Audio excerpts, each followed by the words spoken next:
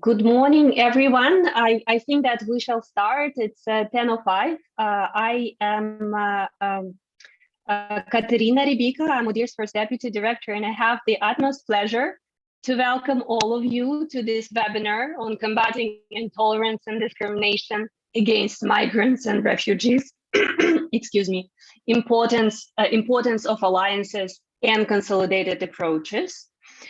This webinar is organized by the OSCE Office for Democratic Institutions and Human Rights in cooperation with the OSCE Representative for Freedom of the Media, the OSCE Secretariat, and the UN High Commissioner for Refugees. This event is kindly supported by the 2021 Swedish OSCE chairpersonship. We have a number of excellent and exciting speakers today, and the program is really rich. I hope for the really interesting and fascinating discussions that this webinar can offer to all of us. But before giving the floor for the official welcome, I'd like to turn your attention to the modalities of this of the webinar that you can now see on your screens, and just to have a look and see what are the ground rules that we have today. And I also would like to mention that the webinar the webinar today will be translated into Russian. So if you'd like to use the interpretation, please use the button in the Zoom window and use the interpretation from English to Russian. I'll stop here with the housekeeping rules, and now I do have a real pleasure to introduce and to welcome to the screen Ambassador Tobias Lorentzen, who will offer us a couple of opening remarks on behalf of the 2021 Swedish OSCE chairpersonship. Ambassador, the screen is yours. Thank you very much, dear Ms. Ribika. Dear representative, ambassadors, delegates, ladies and gentlemen, on behalf of the Swedish chairpersonship of the OSCE, I'm very glad to participate in this event today on the important topic of combating intolerance and discrimination against migrants and refugees. This event provides the opportunity to share best practices and on building broad and inclusive alliances and consolidated approaches. Promoting democracy, the respect for human rights, and the rule of law are key priorities for the Swedish chairpersonship of the OSCE, and they lie at the core of the comprehensive concept of security. They are prerequisites for equal, free, and resilient societies, which in turn create more security within and between states. The responsibility to promote and protect human rights and fundamental freedoms lies with the states. Their protection and promotion is our first responsibility as governments. Yet, the problems of intolerance and discrimination are deeply embedded across the OSCE region. All participating states have recognized the importance of supporting migrant integration and counteracting xenophobia. We have agreed to continue to work on migration management by respecting the human rights of migrants and increasing efforts to combat discrimination, intolerance, and xenophobia towards migrants. We have also committed to advancing dialogue on migration-related matters, including the exchange of good practices and developing common approaches. The OSCE Office for Democratic Institutions and Human Rights and the High Commission on National Minorities, the representative on freedom of the media, and the Secretariat, together with the UNHCR, support participating states to address these challenges, to implement our joint commitments in this area, and to increase our knowledge. We are grateful that the OSCE and the UNHCR are joining forces to combat intolerance of and discrimination against migrants and refugees. As will be discussed more in depth at today's meeting, addressing intolerance and discrimination requires efforts of many different parties and cannot be accomplished in any large measure by any single actor. Building coalitions and alliances is about doing together that which cannot be done alone. And little can be made without an inclusive dialogue. And this is why today's discussion is so important. Equally important is the access to reliable and comprehensive data. I would like to use this opportunity to particularly highlight ODIHR's strong mandate when it comes to hate crime.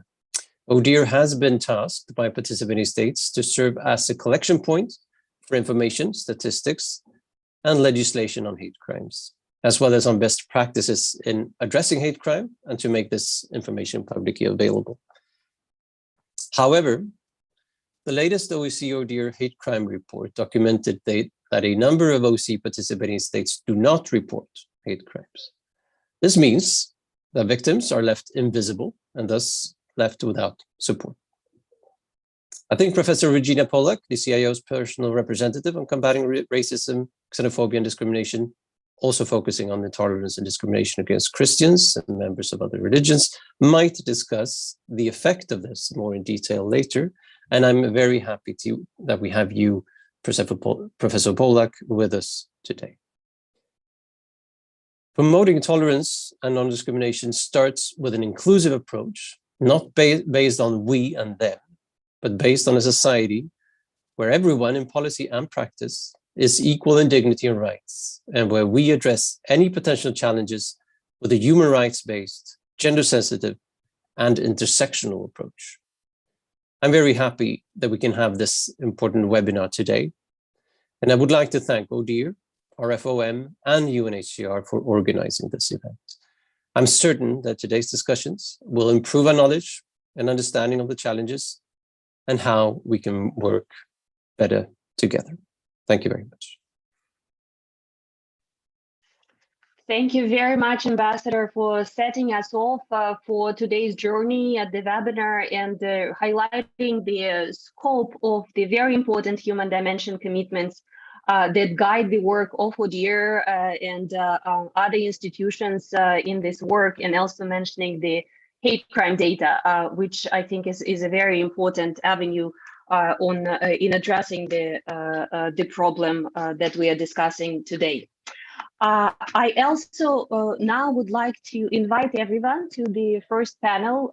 Without a break, we have 4 excellent speakers at the panel, at the opening panel. And the panel, the high-level panel that we will now have, will cover a number of issues. And I hope that we will be able also to take a number of questions from the audience following the panel.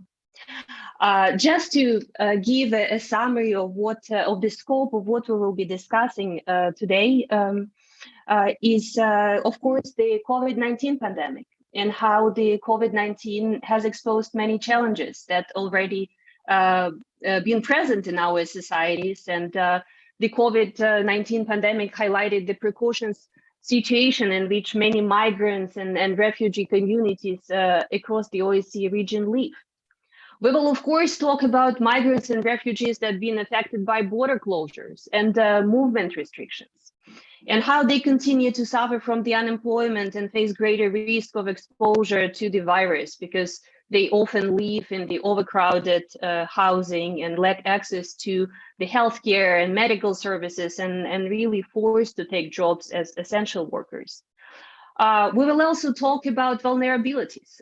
We will talk about migrants and refugees becoming more vulnerable to intolerance, to hate-motivated attacks that Ambassador Lawrenson already mentioned. And how they even become subject of a blame assigning or for the spread of the virus. We will talk about migrant women and in particular because migrant women, and you know it, have suffered from discrimination and hatred more than other vulnerable groups within this community.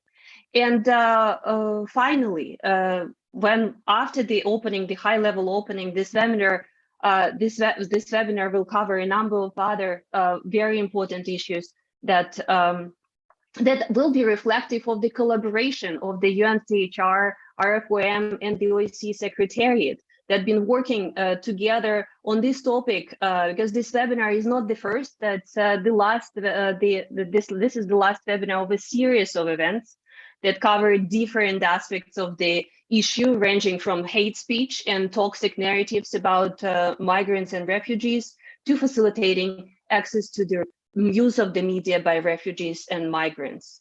So we already discussed in the previous webinars a number of very important topics, and today in the culmination webinar we will try to give an overview of the work that's been done and what is ahead in this discussion. I will stop here with this short introduction, and now would like to immediately introduce our first speaker in the high-level panel, Ms. Teresa Ribeiro, OSCE representative on freedom of the media, to start the panel and to offer us her perspective to the topic. Ms. Ribeiro, the floor is yours.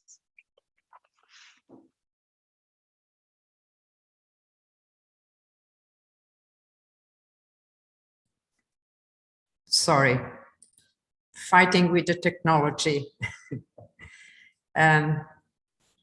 Excellencies, ladies and gentlemen, dear colleagues, allow me to welcome you to the concluding event of the series Combating Intolerance and Discrimination Against Migrants and Refugees, which we are holding today jointly with the ODIHR, OSCE Secretariat, and the Liaison Office of the United Nations High Commissioner for Refugees.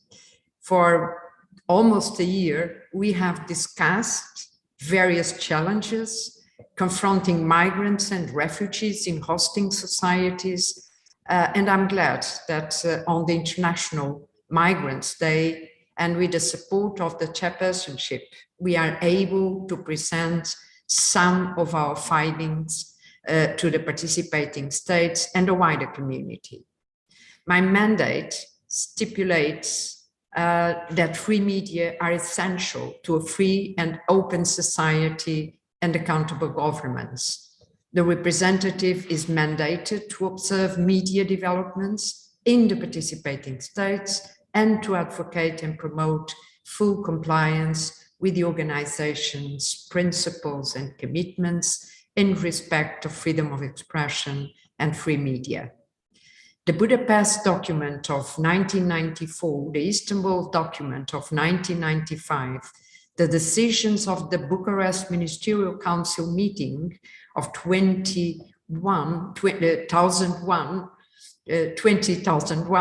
and further decisions call upon the RFOM to pay increased attention to manifestations of aggressive nationalism, racism, chauvinism, xenophobia, anti-Semitism, and violent extremism, to countering intolerance and discrimination on the ground of racial or ethnic origin, religious, political, or other opinion.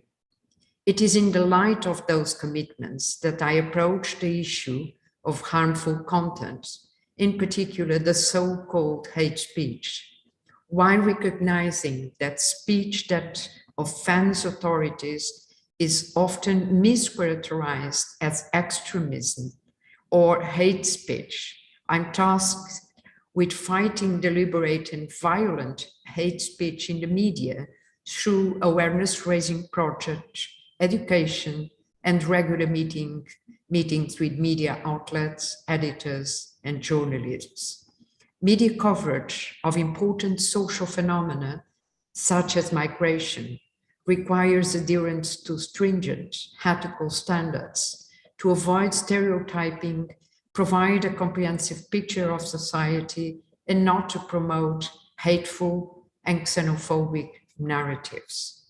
Media may also contribute to myth-busting, debunk misinformation, and hold politicians to account. In this regard, I would like to recall the October 2021 Joint Declaration on Politicians and Public Officials and Freedom of Expression. It acknowledges that politicians and public officials play an important role in shaping the media agenda, public debate, and opinion, and that, as a result, ethical behavior and attitudes on their part, including in their public communications, is essential for promoting the rule of law, the protection of human rights, media freedom, and intercultural understanding, and for ensuring public trust in democratic systems of governance. Let me reiterate that international human rights standards requires everyone, including politicians and public officials, to refrain from advocacy of hatred that constitutes incitement to violence, hostility, or discrimination, while moral imperatives call on them to speak out firmly and promptly against intolerance. Media pluralism means a diverse media landscape, but also diversity of voices, which are reflected in the media, including social media. Several studies in the OSCE area indicated that reports in the mainstream media on and about migrants seldom include voices of migrants or such organizations which are directly involved in the work on the ground. I believe that migrant journalists may have an important role to play in their new homes, and they can reach out to their audiences in the old country. Digital platforms can facilitate this process as they blur the once strict lines between exile and local reporters. I'm glad that we'll hear about such projects in the OSCE area later today. Another challenge facing migrant journalists is their safety. Unfortunately, they are often exposed to attacks and pressures as retaliation for their work. Sometimes, members of their families back home may face pressure and sanctions. Here, I would like to recall decision 3/18 of the Ministerial Council on Safety of Journalists, which calls on the participating states to condemn publicly and unequivocally all attacks and violence against journalists, such as killing, torture, enforced disappearance, arbitrary arrests, arbitrary detention, and arbitrary expulsion, intimidation, harassment, and threats of all forms, such as physical, legal, political, technological, or economic, used to suppress their work and or unduly force closure of their offices, including in conflict situations. Much has been said about user-generated content and filter bubbles, which may amplify negative and harmful messages about migrants. Here, I would like to refer to a recent study of anti-migrant sentiment in online fora by a Max Planck research group, Mechanisms of Normative Change from Germany. Their main argument is that people will be more likely to express prejudiced attitudes in situations where the validity of anti-hate speech norms has been challenged, but they will refrain from doing so if they perceive the norm to remain strong. Healthy and inclusive societies live by strong ethical norms, and media have an enormous role to play in maintaining those norms. Online harassment, misinformation, and disinformation may have a severe disruptive effect on diversity and media pluralism. Very often, it targets women and marginalized voices, and in doing so, intersects with various forms of discrimination that can hinder women and other vulnerable groups from exercising their rights to freedom of expression. The aim of harassment activities and disinformation disinformation campaigns is to deny the targeted groups a public voice and to undermine their credibility and the credibility in facts. Recent Nobel Prize laureate Maria Ressa continuously demonstrated this link between platforms, business models, automation, disinformation, and attacks against independent voice. Let me use words. Without facts, we cannot have truth. Without truth, we cannot have trust or a shared reality. And if we do not have a shared reality, we cannot have functioning democracies or solve any of the complex problems we are facing, be it climate change or the COVID-19 pandemic. Thus, while recognizing that prescribed by law, narrowly defined and proportionate restrictions on freedom of expression may be necessary in a democratic society, I do, by virtue of my mandate, also monitor the state's practice to make sure that especially the voices of the vulnerable and exposed communities should not be silenced.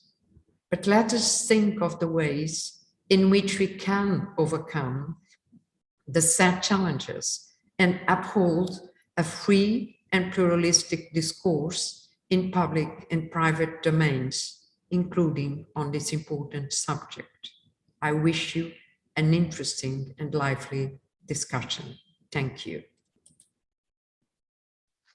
Thank you very much for these thoughtful remarks, and specifically silver-lining the need for the ethical standards in the media that serve not only to prevent the intolerance, but also can serve well to the in building inclusive societies across the OSCE region. Thank you very much for your remarks once again. And now I have the pleasure to give the floor to our next speaker, Ambassador Luca Frattini, Director of the Office of the Secretary General of the OSCE. Luca, the floor is yours. Thank you, dear Katia, Madam Moderator, Excellencies, ladies and gentlemen, dear colleagues. It is my pleasure to welcome you all, also on behalf of the OSCE Secretariat, to this final event of the webinar series organized jointly by OSCE and UNHCR. We're holding it on the occasion of the upcoming International Migrants Day, which happens tomorrow. And I wish to stress, as just did the distinguished representative for the freedom of media, Madame Ribeiro, whom I salute, the excellent cooperation among the Swedish chairpersonship, the Secretariat of the OSCE and the institutions, notably the RFOM and ODIHR. And this, for me, is a testimony of the whole of OSCE approach, which is a key element and a priority for our Secretary General Helga Schmidt. In this challenging year, once again, we had to observe the shortcomings in migration crisis management. And at the same time, this provides us with the opportunity to find a way to address those shortcomings in a comprehensive manner. Today, I would invite you to devote particular attention to the dire cases of intolerance, discrimination, and hate speech against migrants and refugees. We witness with regret continuing xenophobic attitudes expressed online and in a form of real-life violence towards the rising number of people seeking shelter within the OSCE participating states. Migrants and refugees also still largely rely on the media and the respective governments when it comes to voicing their concerns, as it has been said. And sometimes, or most of the time, they're not able to have access to the internet or electronic devices. The negative impact of the discrimination, hate speech, silencing, and intimidation goes beyond borders, causing distorted perceptions of their lives and the struggles they encounter to safety and well-being. Today's event, in my view, offers a renewed opportunity to improve understanding, to explore common solutions, and to build alliances on this important topic. And may I also stress that the OSCE's role, as lately as per our participating states' ministerial declaration in Hamburg in 2016, is to serve as a dialogue platform on migration-related matters with a view to developing possible effective measures and common approaches. The benefit of our organization in the discussion on the governance of large unregulated movements of people rests with addressing the complex migration security nexus. And we do it aiming to strike a fine balance between the securitization and the broader migration discourse. The OSCE and its institutions, so the Secretariat, the RFOM, the HCNM, and ODIHR, will strive to be one such regional forum in which the governance of migration continues to be constructively discussed, of course, respecting the mandates of specialized international agencies. The organization's multidimensional concept of security offers a unique lens to address a complex and fast-evolving phenomenon such as migration. The enormous challenges posed to the OSCE region after the Afghanistan crisis in 2021 are a concrete reminder of the need for such comprehensive approach. And in this sense, we welcome the constructive discussion held by the OSCE participating states, steered by Secretary General Helga Schmidt, at the Ministerial Council in Stockholm earlier this month. Dear colleagues, migrants and asylum seekers, often marginalized and forced to flee their homes, face hardship and peril at every stage of their journey. It is therefore our responsibility to make sure that they do not additionally face discrimination and ostracism, and that they have a possibility to raise their voice. Hosting states in the OSCE region can shape the positive narrative by highlighting the achievements of the people with a migrant background and encouraging sides to express their opinions in a tolerant manner. I call on you to take an active part in this effort and to consider this webinar, which is, as our distinguished moderator recalled, a final webinar of a series that took place, to be a step towards the real change in the situation. And with these words, I would like to thank you for joining, and I look forward to a very fruitful discussion today. Thank you very much. Thank you very much, Luca, for for building this comprehensive picture and placing the dialogue, the need for the dialogue on migration at the heart of the comprehensive concept of security. This work and also calling for the discussion and for solutions of the problem. Thank you again for your remarks. I'd like to now take a moment also and to mention that during the webinar today, ODIHR will be ready to present one of its latest works, ODIHR Guidance on Shaping Balanced Political Discourse and Constructive Narratives on Migration. This will be presented by our dear Alice Shepanikova, our ODIHR Migration and Freedom of Movement Advisor during the webinar. And Alice will also, some of the points that Luca was raising, or more official Ambassador Frattini was raising during his remarks, will also find and echoed in the presentation of this publication.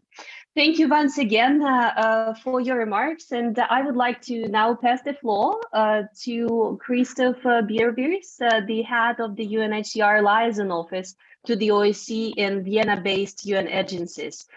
Christoph, the floor is yours. Thank you, Katerina. Good morning, everyone.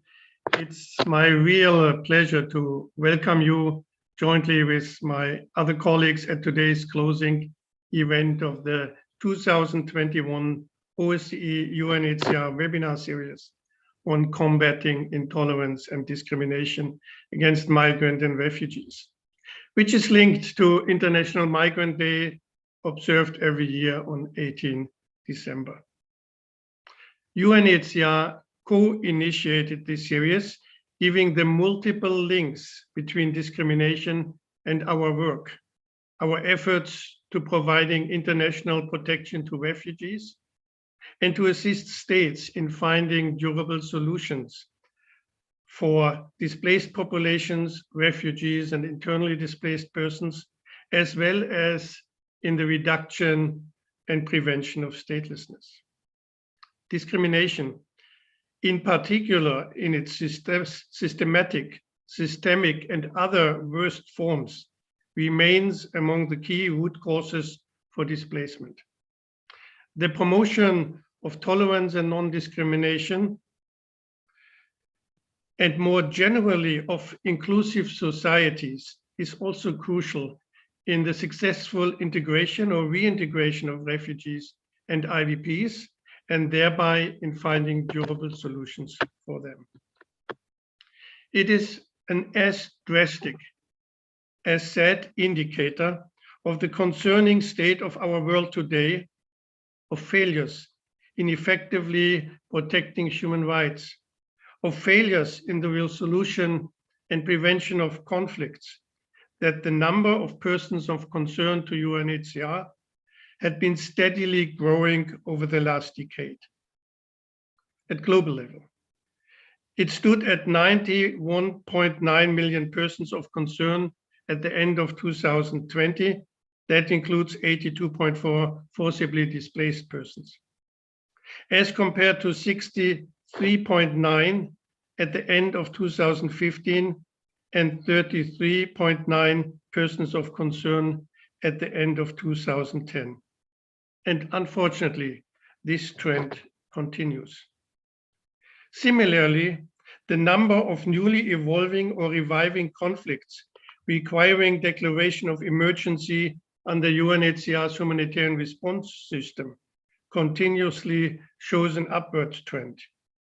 19 declaration of emergency in 2012 and 2015, compared to a one-time low of 1 emergency in 2016, before rising again to 30 such declarations of emergencies in 2020, and this year reaching a new peak by 33 emergency situations.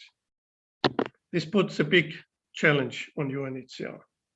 Our joint work with our OSCE partners over the years demonstrate well that discrimination against refugees and migrants is often part of broader discrimination patterns against marginalized segments of society, and often follows very deeply rooted mechanisms in societies of distinctions between us and them, whereas the distinction lines can be multifold, following inter alia, ethnic, religious, social strata lines. COVID has further aggravated these challenges. Our seminars have shown that there are no simple one-fits-all solutions to successfully tackle discrimination. Simple propaganda doesn't work, or may even be counterproductive. We find multi-vector approaches are needed, approaches which demonstrate tolerance practiced, not just preached. Persistent systemic efforts, not just one-time actions, are needed. Among key elements for successful anti-discrimination strategies are, as will be elaborated on in today's event, first, promotion of interaction in all forms between refugees and host populations, or more generally, between all segments of society.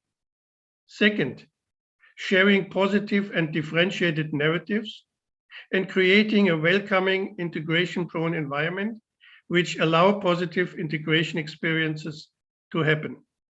And third, giving refugees and migrants a voice in the media.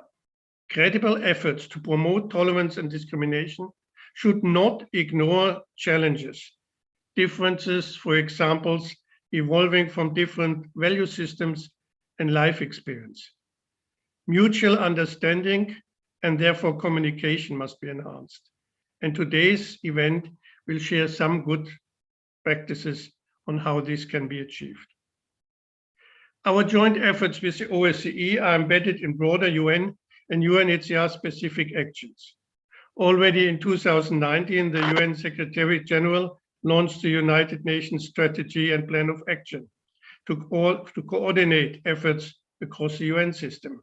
to identify, prevent, and confront hate speech. His 2020 call to action on human rights obliges the UN system to work to rectify all forms of discrimination and inequity, including inter alia as related to migrants and refugees. Recognizes the challenges that discrimination and xenophobia play a global level. In 2020, UNHCR published a guide for UNHCR field staff on how to address and respond to situations of racism and xenophobia that affect refugees, asylum seekers, IDPs, returnees, and stateless persons. Coming close to conclusion, as it is emphasized in the subtitle of today's event, importances of alliances and consolidated approaches, the challenges of combating intolerance and discrimination require comprehensive multi-stakeholder approaches, giving states, local authorities, faith-based organizations, and more generally, the civil society important roles. International and regional organizations can contribute, each based on their particular mandates and fields of experience, and in particular by facilitating exchange of situation assessment, experience, good practices, and also lessons learned. Today's event shall just allow this, and we hope very much that the activities and efforts presented will offer some new ideas and inspiration to all listening. But this should not be a one-direction effort.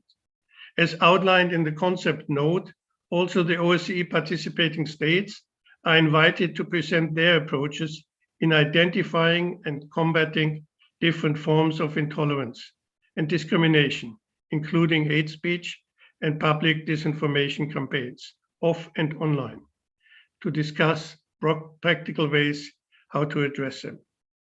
UNHCR is very much interested in a continuation of our cooperation with our OSCE partners, and we count on you to also offer us some ideas and suggestions as to how best such cooperation can and should be continued in 2022, benefiting from the specific value added by each organization and the autonomous institutions of the OSCE, which they can bring to address this common challenge.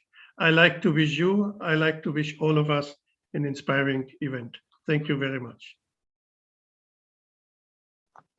Thank you very much, Christoph, for your remarks and also for calling to systemic action and highlighting the importance of learning from each other as we carry on with the dialogue on this important problem, and ensuring that all of the voices, be it from the civil society, multilateral, bilateral, international organizations, or migrant themselves, are so important in this process of learning from each other and finding the practical solutions. Thank you again. Now I'd like to introduce our last speaker, Professor Regina Pollock. Professor Pollock is a personal representative of the OSCE Chairperson in Office on Combating Racism, Xenophobia, and Discrimination. And Professor Pollock is also focusing on intolerance and discrimination against Christians and members of other religions in her work. Professor, the screen is yours. Dear moderator, dear excellencies, dear colleagues from the UNHCR, from the OSCE and ODIHR, dear participants. First of all, let me express my deep gratitude to all those who are committed to combat racism, intolerance, and discrimination against migrants, refugees, and asylum seekers, and to promote harmonious and peaceful coexistence in society. In particular, I want to thank all the civil society and human rights organizations and activists in the field.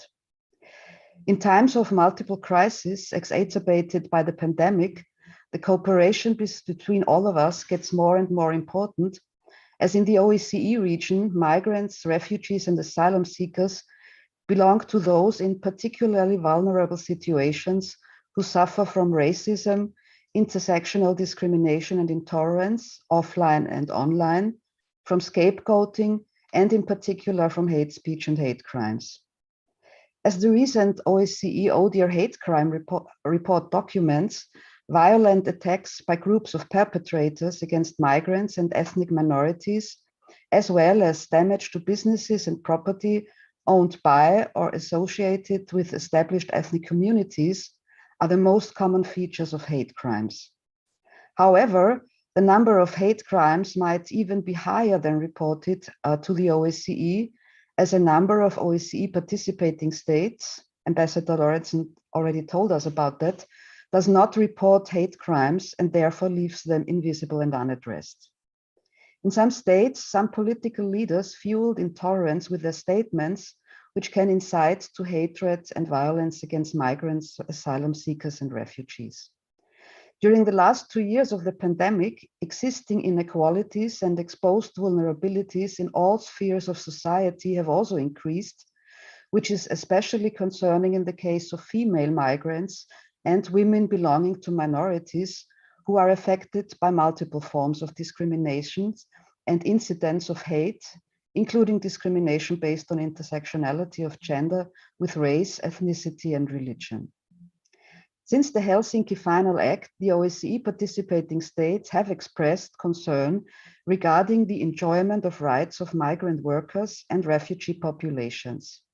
In Madrid 1983, they reiterated the application of existing human rights standards in the field of civil and political rights, as well as the economic, social, and cultural rights to migrants and refugees. Later on, these commitments were further developed, and the OSCE participating states committed themselves to enabling migrants to participate in public life, creating conditions that foster harmonious relations between migrants and the rest of the society, raising awareness about migrants' contributions to society, combating discrimination and violence, and providing or reinforcing national plans for migrant integration, including respect for cultural and religious diversity. What can be done to support the states in their efforts to meet these aims and to remind them of their duties? Besides regularly calling states and governments to redouble their efforts in implementing these commitments, I want to highlight the indispensable role of civil society and human rights defenders. The OSCE is aware of the important work they do and depends on their expertise, their monitoring and reporting, and a continuous and structured collaboration with them to be able to meet the needs of migrants, refugees, and asylum seekers, and to support the victims. However, in some OSCE participating states, the space for civil society and human rights defenders is shrinking. Thus, collaboration and cooperation between these organizations must be strengthened and improved. To do so, ODIHR suggests coalition building and provides a professional tool, the Practical Guide on Coalition Building for Tolerance and Non-Discrimination. Such coalitions are formed when multiple entities agree to work together towards a common goal. Coalitions involve more than two partners and develop broader strategies in which participants work together towards a shared goal. Such coalition buildings have proved to be most effective. Bringing together groups with different skills, resources, and connections, and support them working together on shared goals can be a powerful way to bring about large-scale, enduring changes to promote tolerance and non-discrimination. Coalitions can also influence or develop public policy around a specific issue. They can change people's behavior and build secure communities. They also strengthen solidarity between different groups and thus promote resilience and mutual support in times of crisis. They can empower migrants to raise their voices. In particular, women and migrant women should be encouraged to participate in such coalitions, as their contributions are indispensable for inclusive, cohesive, and tolerant societies. Protecting migrants, refugees, and asylum seekers from racism and intolerance and prompting their rights becomes much more effective when part of a comprehensive approach. Let me give you two examples from the ODIHR guide. The European Forum of Muslim Women has worked with the Media Diversity Institute and several other European civil society organizations on the Get the Trolls Out project. The coalition aims at encouraging young people to combat discrimination and religious intolerance on social media. It is engaging in strategic communications that help reshape public opinion about tolerance, non-discrimination, and targeted groups. It also includes monitoring and responding to diverse forms of hate speech, including anti-Muslim and anti-Christian sentiments and language, and attempts to turn public opinion against migrants and asylum seekers. Another aim of such a coalition can be partnering with law enforcement to implement best practices in protecting vulnerable communities and in accurately tracking and reporting hate crimes. So, for instance, in Greece, the Racist Violence Recording Network is made up of 42 civil society groups, with the Greek Ombudsperson and the Migrants Integration Council of the Municipality of Athens as observers. The network helps to fill gaps in the official data collection system and to address the need to better coordinate civil society's efforts in recording hate crimes. The coalition also publishes an annual report on hate crime incidents. These two examples illustrate the power of coalitions when protecting, supporting, and empowering migrants, refugees, and asylum seekers becomes a common matter of concern. Coalitions, thus, are also a role model for societies as they demonstrate how cooperation can be fruitful beyond the borders of origin, race, ethnicity, nationality, religion, sex, language, and culture. The OSCE and ODIHR stand ready to support to build such coalitions, and I'm sure we will hear much more further exciting examples on this important issue. I wish you a fruitful conference. Thank you very much, Professor Pollock, and specifically reflecting on ODIHR's work in this area. And here, if you allow me to reflect a little bit further and reiterate that ODIHR is committed to continue supporting migrant integration and respect for rights of migrants and refugees. And we're looking forward for cooperation in this regard in 2022. And of course, you know, the very important aspect that you've mentioned of the coalition building, that of course this work will not be possible in the years to come without this element. And we will also hope that together with the other partners who are contributing to the organization of this webinar today, and also officials, experts, civil society representatives, we will be addressing this issue in the years to come and building successful alliances and coalitions. Thank you once again for your thoughtful reflections. I would like to now, well, actually looking mindful of time, that we took a little bit longer for this session than I originally was anticipated, but I think that it was totally worth it, as the reflections were very thoughtful, comprehensive, and really would set the tone of the discussions that we will have further today during the webinar. I'd like to once again thank all of the speakers in the high-level panel, and also Ambassador Lorentzen for his opening remarks. And I would like now to pass the floor to the moderators of the next session, Elena Chernevska, RFM Senior Advisor, and Sophie Hofbauer, UNHCR Senior Liaison Associate. I would like to thank you for your attention, and I'm passing the floor to the moderators of the next session. Thank you. Thank you very much, Katerina. And I agree. I think we had a very nice impulse to start our discussions. As you've heard already at the opening, this is just the highlights of the work which has been done over the year between March and December. And we received a fantastic material to comprehend and maybe to analyze for ourselves from field operations and from outside experts. And unfortunately, we can only present to you the highlights of what we have learned ourselves during this year. There have been 3 webinars, as we've said, one on social media and impact of social media on the whole issue of perception of migration and migrants. The second was on, let me look at my notes, shaping positive perception of migrants and refugees in host societies. And the third one was on access to and use of media by refugees and migrants. So before we go to the content part, I'd like just briefly to outline how we'll proceed. That is, each of our speakers will get 3 minutes, and at the end of each panel, we'll have questions. Moderators will have the right of the first question, but we'll take questions from the audience. We'll provide special time for the delegations to deliver their statements after all 3 panels are through. We would request all delegations asking for the floor to write in chat, and that will be thoroughly collected. And those asking questions to panelists from the floor, please raise your hand so that we can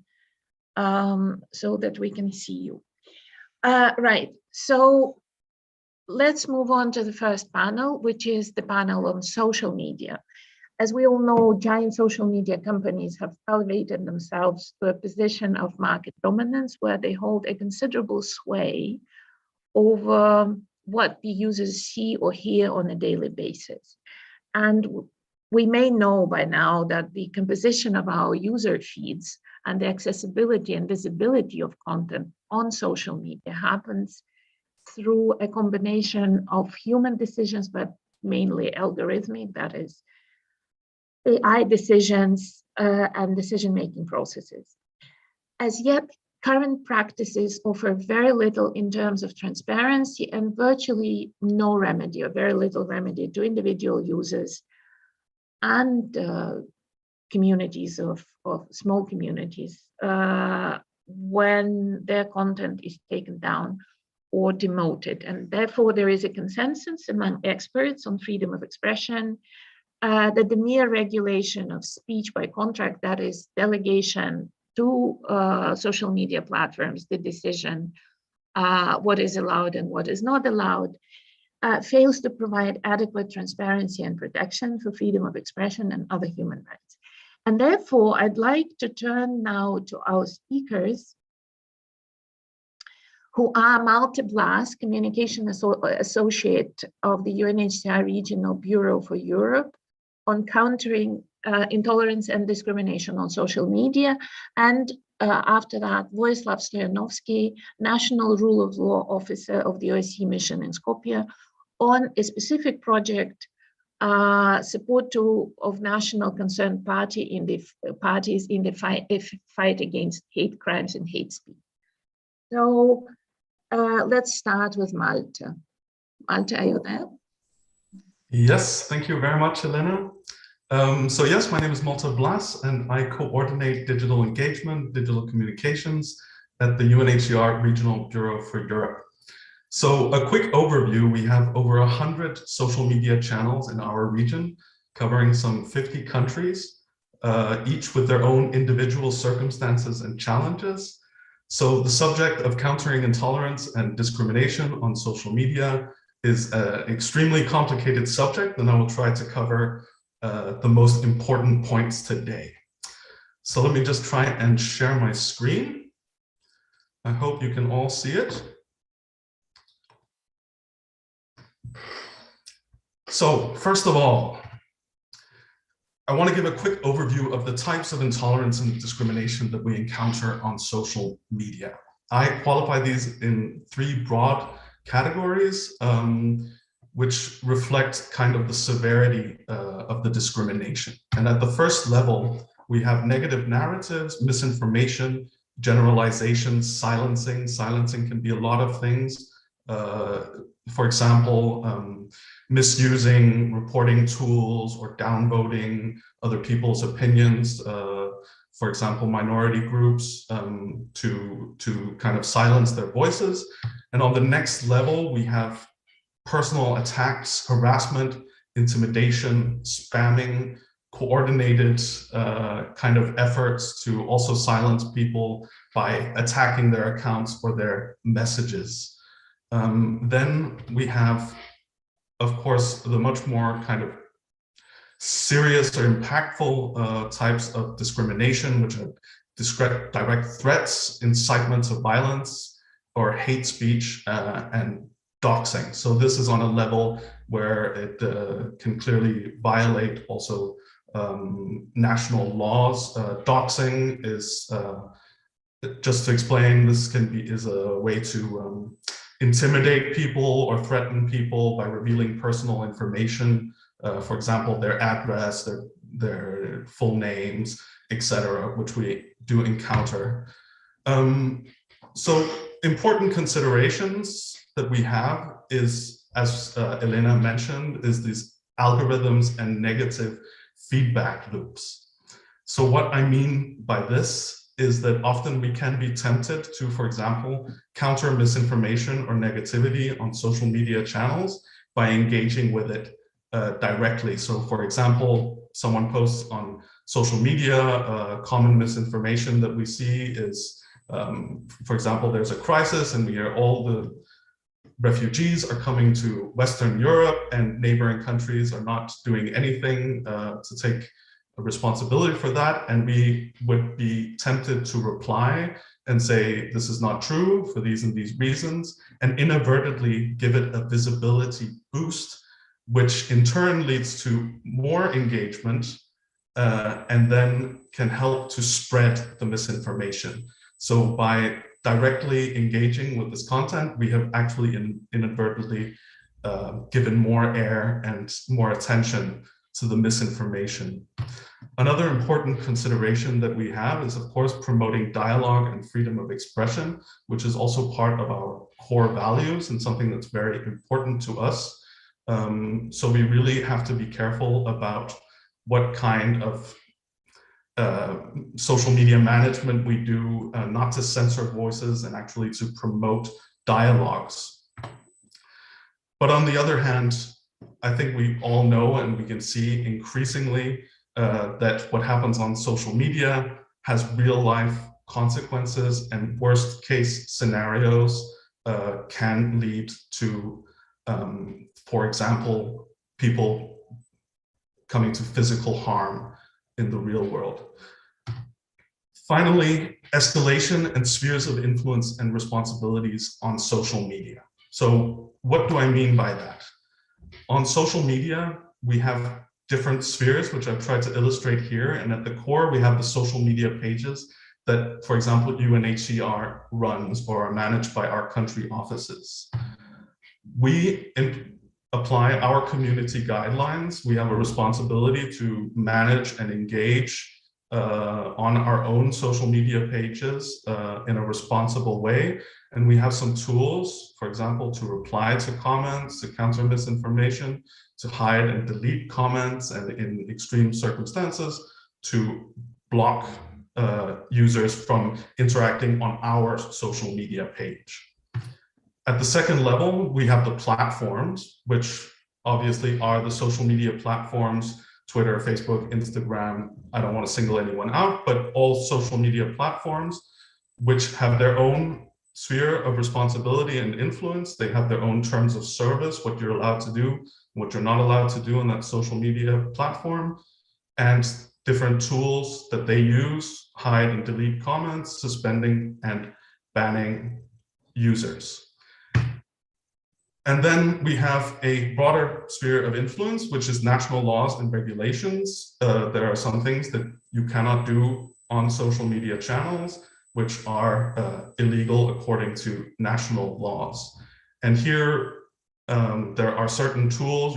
In extreme circumstances, we also have a responsibility to report, for example, incitement to violence or very serious threats to legal authorities, and there can be legal intervention and protection issues involved with that. Finally, on this, to say that for us, our countries set and enforce their own individual community guidelines depending on their capacities, priorities, and local circumstances. We advise them on this, but each country has their own community guidelines, which they enforce on our social media pages.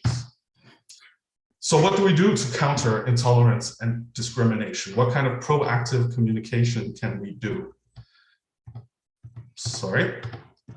So a main thing is, and which has been mentioned today already, is promote the positive narratives around integration, refugees, host communities, and their supporters, which is really quite at the core of what we do. Also at the core of our communications is a priority to give voice to refugees and asylum seekers, stateless people, and other people of concern. We really want to use our platforms to promote their voices, and this is something we prioritize very highly, and which we are constantly trying to do more of and to promote more of these individual voices. We also raise awareness of refugees and other people of concern to us about their circumstances and their challenges. One of the very important tools that we use is we are always trying to reach new audiences with these messages, and we do this through our partnerships, through Goodwill ambassadors, and are always looking for new trends that we can tap into, and also use technology in an innovative way to reach out to these new audiences. We counter myths and misinformation and generalization with facts and data. I have an example here, it's from 2019, but it shows the kind of misinformation that we aim to combat by using our data. So for example, what I mentioned previously, the kind of misinformation about that countries countries in Western Europe take a disproportionate amount of refugees, and that neighbor countries are not doing enough. And finally, just to say that there is no size-fits-all solution to countering intolerance, as I mentioned. This is very much dependent on individual circumstances, and different countries encounter different types of intolerance. So very quickly, I'm just going to show you some examples, not for the sake of time. I won't show any video, but here we have, for example, a refugee scout leader in Belgium who uses his own voice to tell about his own circumstances, how he's integrating into society in Belgium, and also showing the contributions he's making to his community.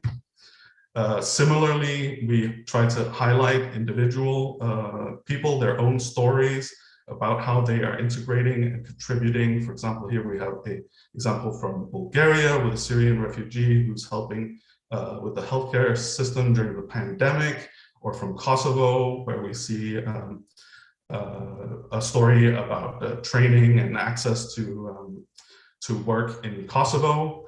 And as I mentioned before, what we really find a lot of success with is tapping into new audiences using Goodwill ambassadors. For example, we had the Eurovision Song Contest earlier today, where we had 3 performers with refugee backgrounds, and really highlighting their stories and also using their voice to give out these messages of tolerance.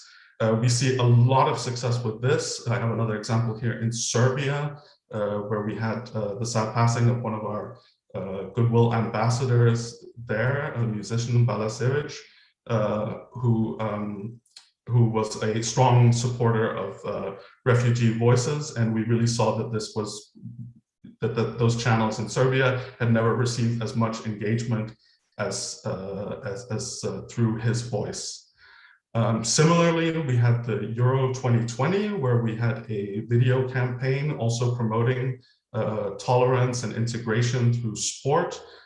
This was out on all our social media channels and also was played in stadiums during the Euro 2020. And very recently, we've had a partnership just this week was announced in Sweden with the Malmö football team. And we're seeing an incredible amount of positive engagement from new audiences through this kind of partnership. I am not going to show any videos. but I will share links in the chat, and I hope you'll see it after the conference.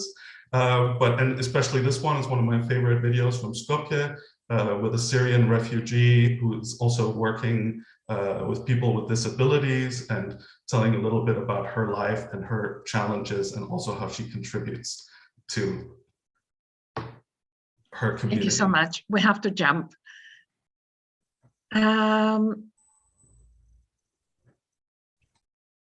Right. So we'll see the links in the chat, right? Thank you. Voislav, are you there? Thank you. Yes, I am. Hi. Hi, everyone. Thank you, Elena. Thank you for the invitation. Always a pleasure to cooperate with the UNHCR as an OSCE representative. I will try to be brief. I will talk about the arrival of the refugees and migrants to North Macedonia, their transit, and then a bit about hate crimes. It was a crazy, unprecedented time. Over 1 million refugees and migrants transited through our country. Just imagine the population of your country and imagine half of that being in your country at some point. How it started? Beginning of 2015, we started reading about deaths along the railroad tracks leading to Serbia, foreigners being hit by trains and just died at the place, more than 30 of them in 1 year only. But it was not enough to even make it a topic in the society. Then it was allowed for migrants to transit through our country. And then we started seeing the real intolerance, discrimination, hate speech, and even hate crimes against them. Shops, for example, increased their prices manifold, but for foreigners only, that they thought are migrants or refugees. Some restaurants, for example, denied entry to these people, and some services were also denied. The train ticket price between the south part and the north part of the country increased threefold, but only for migrants and refugees. And then we saw hate speech on social media on daily basis, as well as pushbacks at the borders with Greece. So during their transit, they also faced intolerance and different types of attacks. They were deceived that transport will be provided to them. They were many often intercepted with a serious threat by people, organized groups using cold weapons or even firearms, after which they were robbed and beaten alongside the route.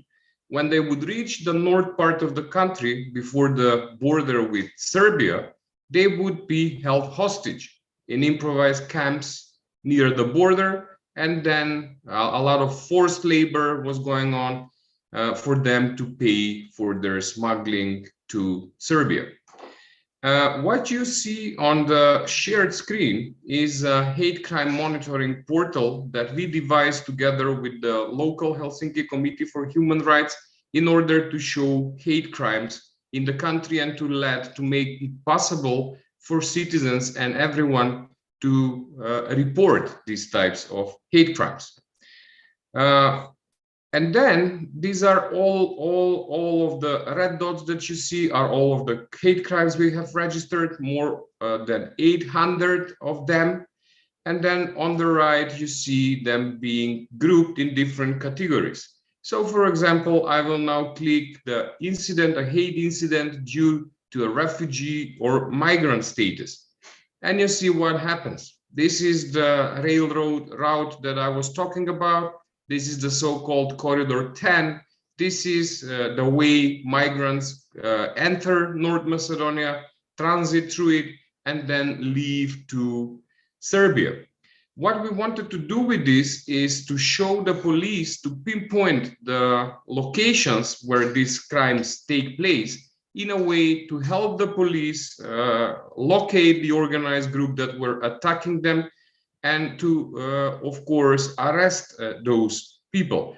Also, the idea was to give information in a transparent way to the citizens of the country, or what is happening, to make them, to make them understand that these are people too, and that bad criminal things are happening to them in our country. So you see that these are all the locations along the route of Corridor 10. And we thought that by presenting it in this way, it will first inform the authorities, second, inform the citizens, third, make it possible for citizens to report incidents, and then to have something that will stay with us. Because we also had another refugee crisis, the Kosovo 1999 crisis, when we hosted 500,000 refugees. But when this crisis happened, it appeared that all knowledge was lost and we had to do it from the beginning. So we were mindful of doing something today in a way to prepare for a possible situation that could repeat itself in the future. Thank you for your attention. Thank you very much. Thank you very much, Vojislav. Really on the dot. Now I have, I'll make use of the right to ask the first question. And I have a question to Malte, and then I'll have a question to Vojislav, and then I'll open the floor for everybody.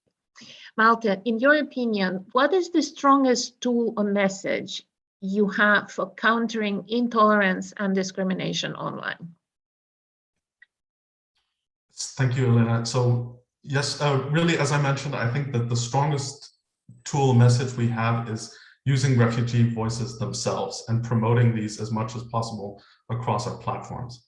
And then also to mention to use our partnerships to amplify these voices. For example, our partnerships with OSCE, civil society, NGOs, to really give this platform for positive messages about integration and tolerance, and spread it as far and as wide as possible.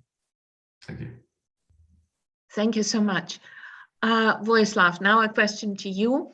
During the last 9 years, let's say, the OSCE mission to Skopje has been monitoring and registering hate incidents in North Macedonia. The database is publicly accessible through a web portal, available in the local languages and in English.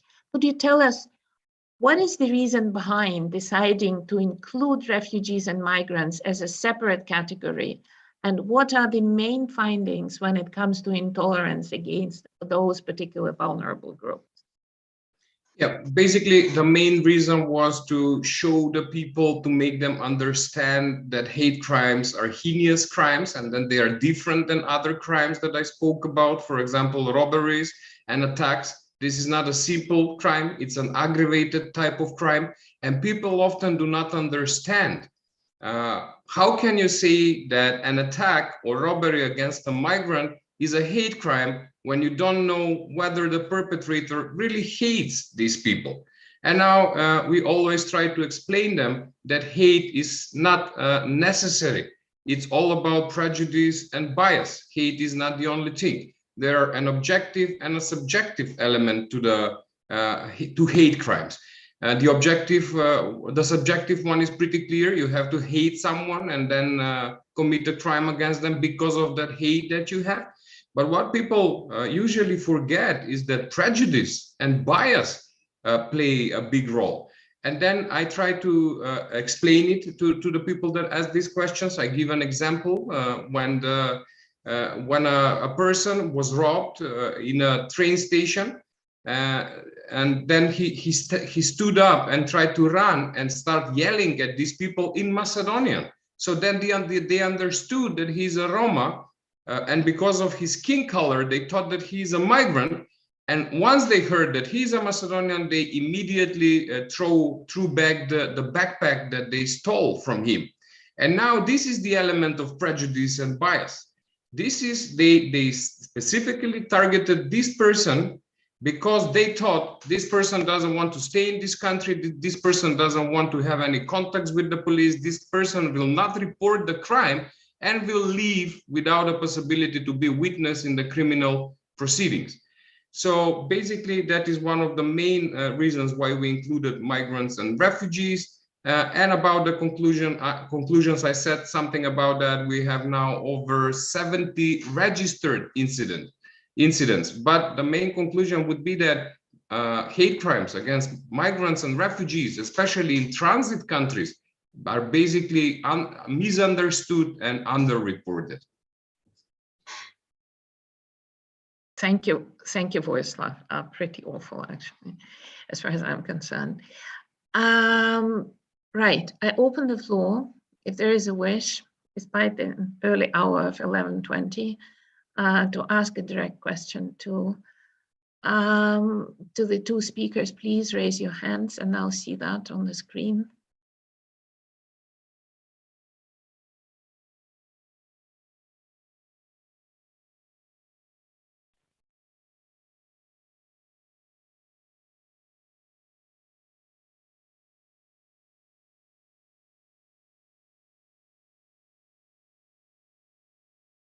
We have questions from Alice. Alice, would you like to voice it because it's easier? Okay, yes. Thank you very much for those presentations. I would like to ask Malte, how do you avoid preaching to the converted? Because of course, everybody knows, I mean, most people know what UNHCR does. So there is possibly a risk that, the messages will be already perceived as, only presenting positive images of refugees, and therefore may not have, impact on people who have the negative bias already. So how do you try to reach out beyond the community that already has, let's say, relatively positive view of the group? And second question would be whether you have any means of measuring impacts of those messages. Thanks very much. And yes, very good question, a very complicated question as well.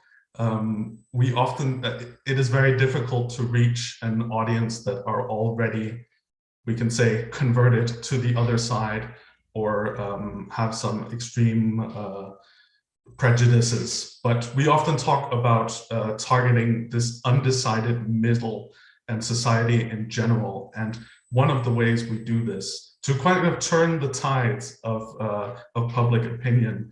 And one of the ways we do this is really by trying to tap into these new audiences, for example, through events. So I mentioned sporting events and also goodwill ambassadors, and also through our partnerships and civil society to get these messages really into new areas and where we can encounter people who are maybe not familiar with UNHCR and our message. And then also on measuring the impact. So, I mean, one of the, that is also a very difficult thing to talk about, but we really, the main thing is we measure our reach, and we are always increasing our reach. We're increasing our reach. We can see that we're reaching new audiences. We can see when engagement goes up. We can measure in some ways whether this is positive or negative engagement. And we use this to really see, are we going on the right track? And we can see that year after year, we're increasing our audience. We're reaching more people. And so this is in essence how we measure it, and also constantly refining the way we measure things and using new tools whenever we can to really refine our message. I'd just like to quickly say something, for example, is also reaching audiences before they make these kind of, they reach into these extreme prejudices. I would say now that we're having a huge impact on channels such as TikTok with youth, where we're really able to reach a kind of a very broad audience with broad interests. And we're seeing an incredibly kind of positive reaction on these new platforms. Thank you. Any more questions? These statements come after the third panel. I can't see any. Let's count till 10, and if nobody decides to talk, then I'll pass the floor to the second moderator.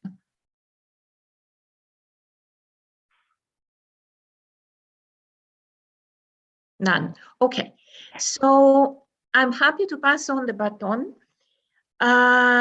to Senior Liaison Officer, no, sorry, Associate of the UNHCR here in Vienna, to Sophie Hofbauer. Sophie? Yes, thank you, Elena. Dear colleagues, dear participants, also from my side, a very warm welcome. I see many familiar faces, but for those who don't know me, as Elena said, my name is Sophie Hofbauer and I work at the UNHCR Liaison Office in Vienna. I would now like to introduce the topic of our next panel. There's a lot of negative stereotyping of migrants and refugees in our societies, that they're lazy, that they abuse our social systems, that they are rapists, that they are terrorists. How do we counter that? How do we shape positive public perceptions and attitudes in host societies? Do we have knowledge and data why people think that way? And are we sure that we ourselves don't discriminate from time to time? Which are the elements in information campaigns that resonate with us? Which are elements that don't work at all? To answer these questions, we have invited three fantastic panelists. Let me start with Milos Bogitelich. He's the head of human rights at the OSCE mission to Bosnia and Herzegovina. 2 years ago, the mission undertook a very interesting survey on discrimination in Bosnia. Dear Milos, please enlighten us. The floor is yours. Thank you very much, dear colleagues. Today, I will speak a little bit about our mission and how we designed and performed the survey measuring public perceptions, attitudes, and experiences regarding discrimination in Bosnia and Herzegovina. And this research gave us some insight into how the general population in BiH understands and how they feel about the current issues around migration. So we embarked on a task to survey a representative sample of the BiH population, which is a little bit over 1,000 people. And this gave us an opportunity to analyze individual attitudes, to look at how stereotypes manifest, and to what extent they're deeply rooted. By engaging in this research, we made an effort to develop its understanding of the levels and forms of discrimination, which then in turn will help us to better direct our future work, to design activities and projects that are truly correlated to the needs of the country and understanding of the general population in BiH. We gathered a lot of information from all kinds of different people in ensuring equal gender representation, inclusion of people of various ages, education level, and incomes. I will not go too detailed into our results. They were extensive, they can be found online. Instead, I will just pinpoint some data that we have related to migrants and refugees. But as introduction to our findings, I will say that 9 out of 10 people in BiH expressed belief that discrimination was a widespread problem in the country. Immediately, this figure alone, we see how deeply discrimination has permeated BiH. A vast majority of individuals recognize it as a major issue the country is facing. Now, moving on to migrant and refugee specific data that we have in our research. We asked respondents, how widespread is discrimination of members of each group in our society at the moment? And then we listed a number of groups, one of them being migrants. We asked this to first gauge how people view the situation of migrants and their standing in the country. Around 73% of respondents answered they found discrimination against migrants to be widespread. We looked at this figure through a disaggregated lens as well, and it was found that those with higher education level have generally perceived discrimination to be a more widespread problem than those of a lower education level. So around 67% of primary school, which then goes to 73% of secondary school, and almost 80% of university and college educated respondents believe the discrimination against migrants is widespread, very or somewhat. We also found a similar trend when it comes to income. So individuals from the lower income group perceive discrimination to be the least widespread, while those from higher incomes groups saw it as more widespread. So it ranges from 61% to 75%, depending on how the income grows as well. We then also asked individuals the following question: Tell me to what extent you personally agree with each of these statements. And one of the statements was that migrants should be allowed to settle with us. With this, we're aiming to understand individuals' perception on the influx of migrants and refugees in the country, and the openness of the general population to the possibility of settlement. 45% did not agree at all. 33% mostly did not agree. 12% mostly agreed, and around 8% totally agreed. So basically, if you collect all these numbers together, you get that 78% didn't really want migrants settling in BIH. Now, this 78% of respondents who said that they want migrants settling in BIH shows a bit of a disconnect between respondents' perception of discrimination and the personal views towards the group in question. So you have close to 80% of people who don't want migrants settling in BIH, but then around more than 70% of people say, yes, migrants or refugees are being discriminated, and this is a huge issue. And this is a disconnect. This is very interesting, and we believe that the shaping public perceptions and working on public perceptions, that this is a very important ground to be covered. So they were the key pieces of data related to migrants and refugees. Let me move on just very briefly about how these results are used in our work. And we obviously use them in a number of ways. We've been able to share the data quite widely, use the information gathered for awareness raising, and then in our own public campaigning, especially through social media, through sharing specific data on international days, such as the International Romani Day or Migrant Day, etc. All of this available data is available online. We have been contacted by many university students and other researchers who wish to further develop our findings or repeat the research. So individuals and organizations have been able to use it and support their own research and advocacy. And this research also creates a benchmark for any future studies, and it allows us to see over time how attitudes shift. And then in my personal opinion, having data like this helps paint a tangible picture for individuals to show in numbers they can see and understand what the situation is for groups such as migrants and refugees. And the numbers are powerful. And I hope that in reading them, it pushes individuals to reconsider their own perspectives and to question why they think and feel the way they do. Thank you for giving me the opportunity to present this research. Many thanks, Milos, for presenting the main outcomes of this interesting study. And you also mentioned some responses that the OSCE mission or the general public, like university students, have been developing. This just shows how complex the phenomenon of discrimination is.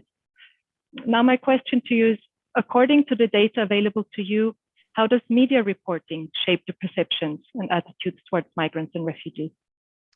Thank you. And yes, the answer is that it shapes it to a large extent. We actually conducted another qualitative assessment of the media reporting also in 2019, and how it influences public opinion and perception of migrants and refugees. And what we saw is that, and what we observed, the narrative in the media is focused strongly on political bickering between different levels and different political parties in BIH. And I personally believe that the issue is being hijacked by political parties and used in political campaigning. But then also some concrete data. In the media analysis, was this one conducted by the BIH Journalists Association also in 2019, and based on 100 reports from 14 different online print and TV outlets. What we saw is that over 51% of the news reports portrayed migrants and refugees as a danger to BIH citizens. And these reports contain assumptions, unsupported claims, and headlines that spread panic. And then in addition, we have sensationalist reporting about migrants in around 18% of the cases, while 40% of the reports supported the already negative attitudes of citizens towards migrants, therefore reinforcing the already deeply held beliefs. And then what we also noticed that is in majority of cases, the media based their reporting on sources which are provided by anonymous citizens and anonymous groups, as opposed to official information and data from the relevant institutions. So in some media reporting and adhering to the codes of journalist ethics is definitely one of the priorities for our mission in this realm. Thanks a lot, Milos. The influence of media reporting and political parties, as you lined out, the influence that it has on people's minds cannot be underestimated. But this is exactly why we're having this event today. Now, why are positive stories so important? This question brings us to our next presentation. What to do if we don't like the negative portraying in the media? One option is to create your own media. This is exactly what UNHCR and the partner organization in Greece did. The person who will tell us about the Migratory Birds project is Theodora Tsovili. Theodora is Senior Protection Associate at UNHCR in Athens. Dear Theodora, we look forward to your presentation. Please, the floor is yours.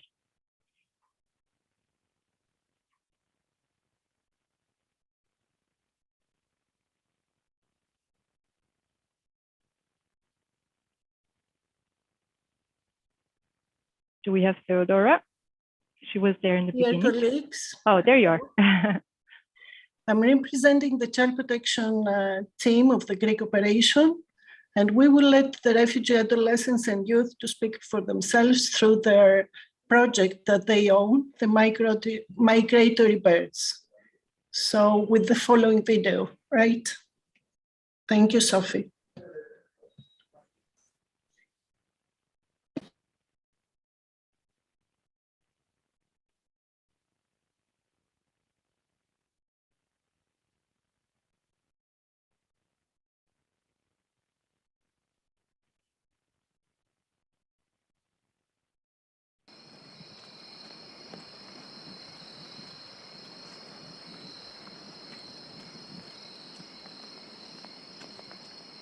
I remind you, it was an illustration or a photo?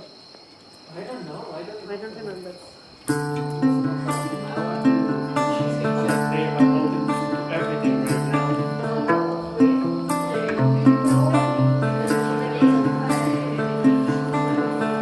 Migratory Birds started on 2016 with a group of girls in a refugee camp στο. Από τότε κυκλοφορεί με την εφημερίδα των συντακτών και αυτή τη στιγμή ετοιμαζόμαστε να βγάλουμε το 19ο τεύχος.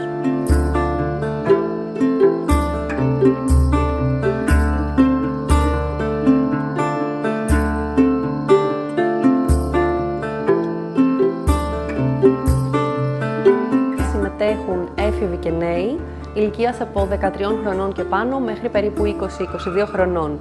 Η ομάδα αποτελείται από πρόσφυγες, μετανάστες και Έλληνες και ο σκοπός είναι να έρθουν σε επαφή και να διαμορφώσουν όλοι μαζί το περιεχόμενο της εφημερίδας. I've written like 5 stories and my last article was on courage, the importance of having courage.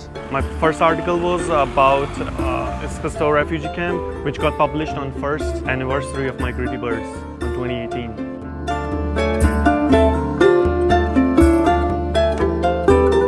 Αυτό που είναι ενδιαφέρον είναι ότι συνήθως οι ιστορίες που γράφονται και τα άρθρα που γράφονται μέσα στα αποδημητικά πουλιά έχουν μια θετική οπτική γωνία. Μια θετική ιστορία προσφύγων που έχουν ενταχθεί στην κοινωνία και προχωρούν τη ζωή τους. So I think Migratory Birds is a great option to raise your voice, so they can listen that we are not just refugees, we are more than that. We are artists, photographers, teachers, writers. That's why I joined, so I can show the positive side of refugees. People can hear our voice, young refugees' voice. I would like to be a journalist, but also I would like to be a successful businesswoman. And I think with that I can help to promote our society and create more job opportunities. Τα editorial meeting είναι η καρδιά του project. I enjoy being part of the team. They've taught me a lot of things. I think, first of all, we are not just friends, we are family. The newcomers, we teach them that what we do, how we do it.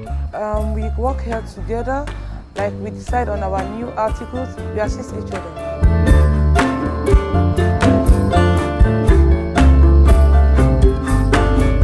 Η εφημερίδα αυτή είναι μοναδική.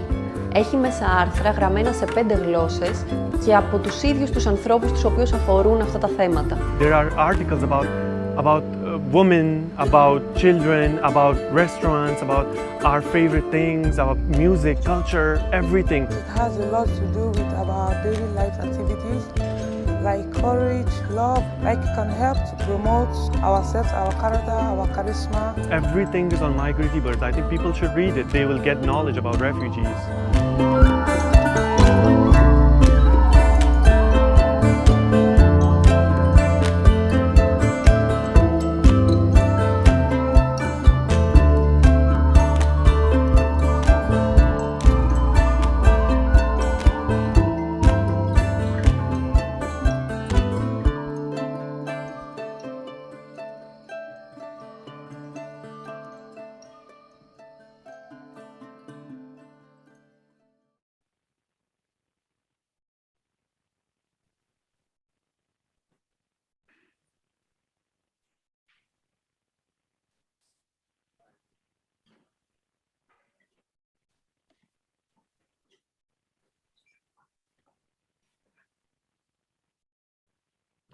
I hope that you enjoyed the video.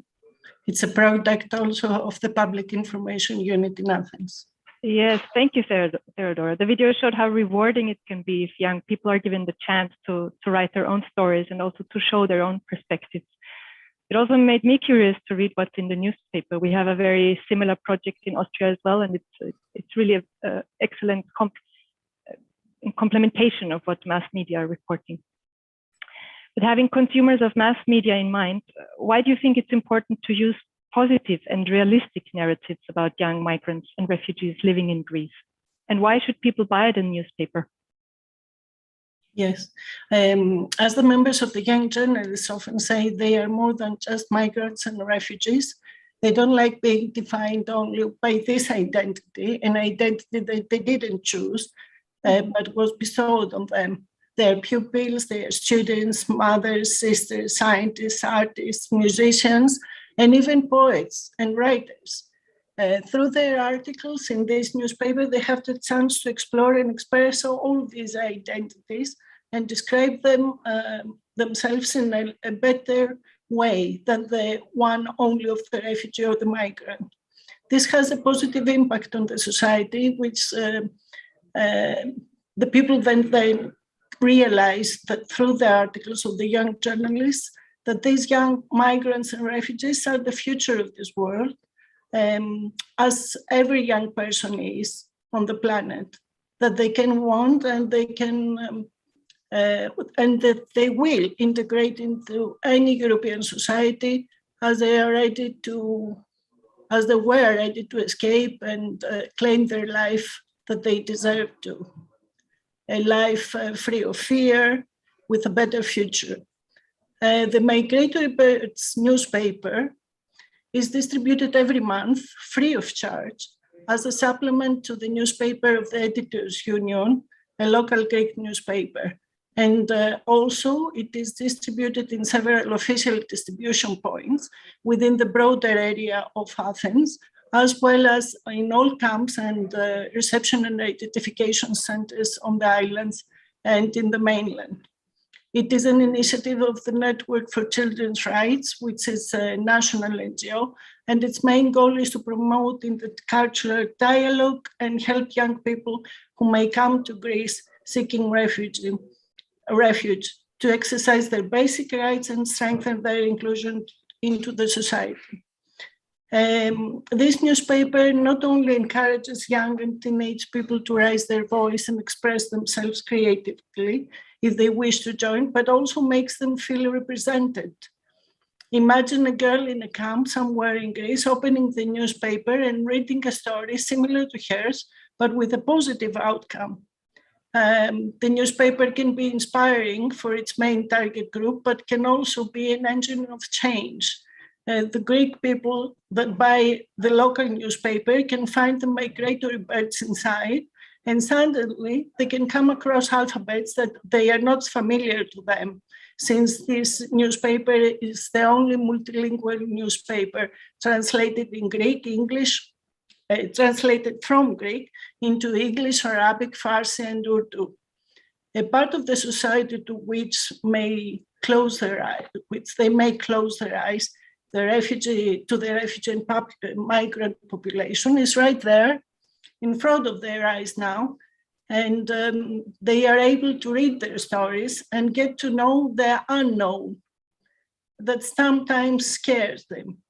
And so they have the chance to know what this unknown is. Over to you, Sophie. Yes, thank you very much, Theodora. You said something very important there, that refugees are often reduced to an identity that they didn't choose. And also I like very much this aspect of projects like this being agents of change. Small projects like this can have a huge effect, not least for the self-esteem and the self-consciousness of the young people to understand themselves as members of society, but also to be seen as members of society.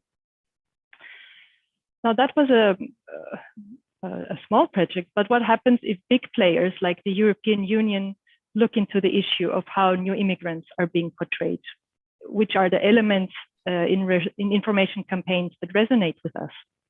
With this, I would like to proceed to the next panelist. Teresa Albano is Economic Affairs Officer. She works at the Office of the Coordinator of the OSCE Economic and Environmental Activities. Since a couple of months, Teresa has been implementing a very interesting project called eMindful. Dear Teresa, please inspire us with this fascinating project. Thank you so much, Sophie, and thank you for inviting the OCA to also give its perspective on this issue. Indeed, thanks to the funding of DG Home of the European Commission, co-funding, we are implementing this project, eMindful, and we look at the negative narratives in terms of a twofold impact. First of all, on the labor market integration of migrants, and for us, migrants are all those who are defined in the UN Convention on the Rights of Migrant Workers and the members of their families. Therefore, this definition includes also asylum seekers and refugees wherever they are allowed to work. And then a second impact is on policy making. You may know that the OCA is entrusted by the participating states to promote effective labor migration policy making and effective policies for labor market integration of migrants. And therefore, we understand that promoting effective policies is not only and not exclusively a matter of technicality.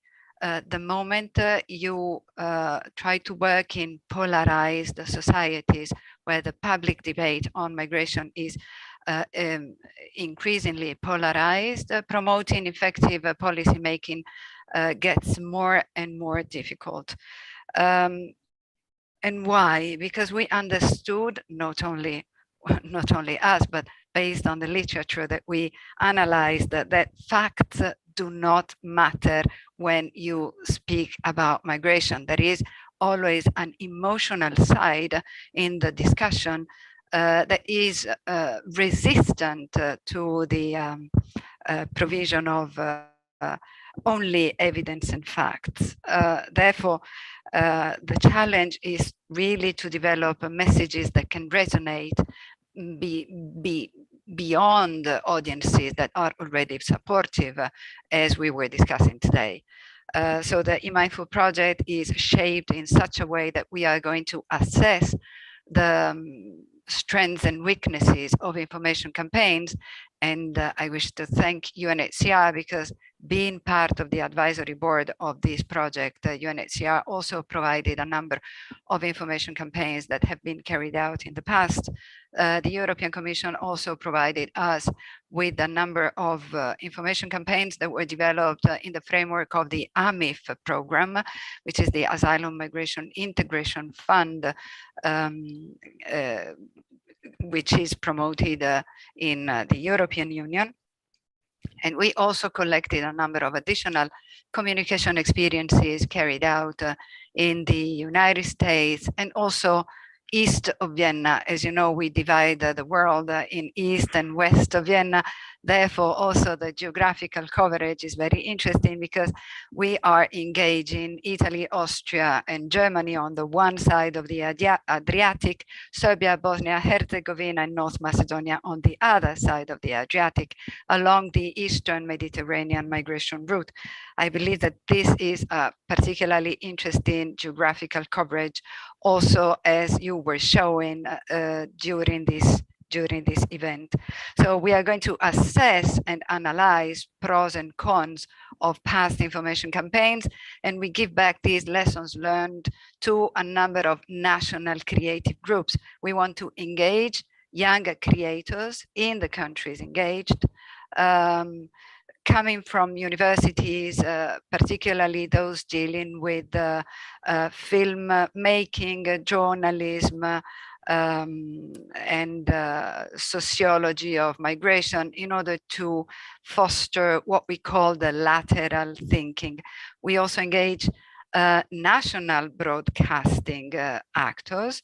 We engage them in this co-creative process. We are going to work at national level, but then we will mix up all the ideas among the 6 creative groups. A big brainstorming among 6 countries, among 30 entities.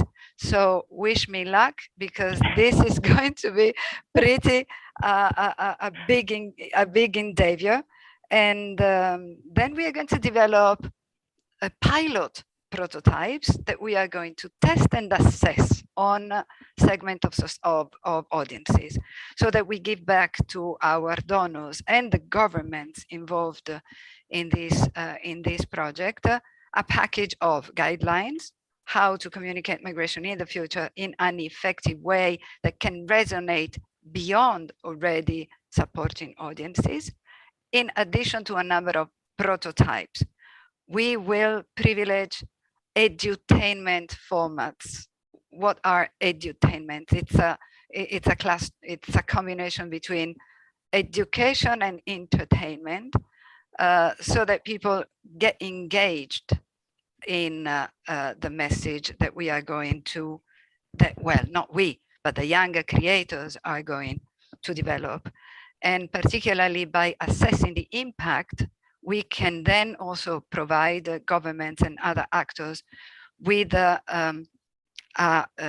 clear understanding of which messages can resonate and how public attitudes can shift. So this afternoon, we are going to discuss more about this project in an online, it's a hybrid event. I can also share in the chat a small blog that I was forced to develop, to write. You know, there are many forced activities. You know, I'm not a writer, but I was forced as part of the visibility plan of this project. So please, please engage, please give us feedback, please tell us what you think about also the narrative of this project, because this is exactly what the blog is about, the power of narrative. So we definitely need and welcome your feedbacks, supports, and suggestions. Thank you so much. Thanks a lot, Teresa, for your presentation. I wish you all the best of luck and in all the endeavors that you're being forced into. I definitely need it, Sophie. Now, let's be clear, this is not the first project assessing information campaigns or how to change attitudes. You spoke about the emotional side and the power of narrative. My question to you is, what's the new, the innovative approach of this project? What makes it different from other projects? To be honest, that there are not so many projects that assess information campaigns. This is one of the big challenges. We are engaging with the European University Institute, the Observatory on Public Attitudes to Migration. So we rely on their expertise in order to help us really to be as effective as possible also in better understanding how to assess the impact. The JRC is also engaged in the advisory board, the Joint Research Center in ISPRA Como is the EU Research Center. So we are definitely trying to pool a number of big brains in order to help us to be as effective as possible. I believe the geographical coverage is very interesting, and in this regard, definitely innovative.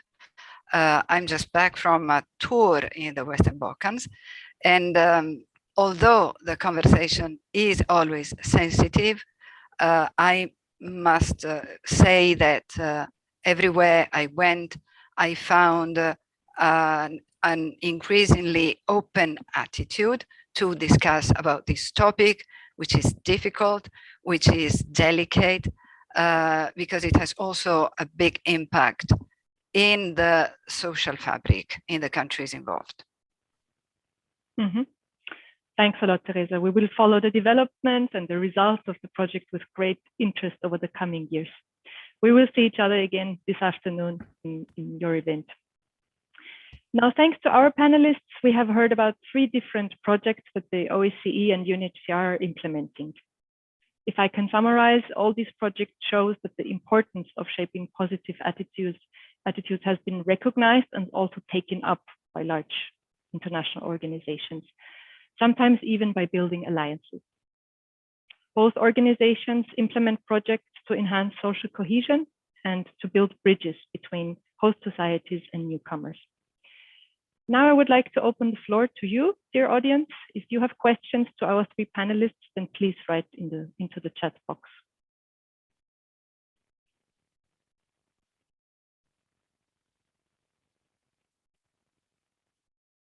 We can see the links that our panelists have posted. If there's not a question now at the moment, I will do it like Elena and count till 10.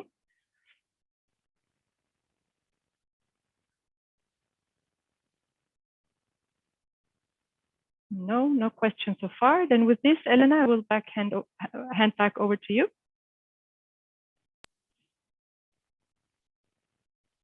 Thank you, Sophie. Right, so we are coming over to the 3rd kind of webinar, which we will present through the 3rd channel, through the 3rd panel. And this is the topic which gets me very excited. Media for and media by migrants. And basically after, of course, I suppose I suffer from the Eurocentric view as much as many of us, simply by virtue of geographical situation. There have been studies in Europe, let's say in the European part of the OSCE, specifically, which looked at media coverage of 2015, 2016, and how actually migrant voices fared in overall mainstream media coverage. And unfortunately, the outcome was they didn't.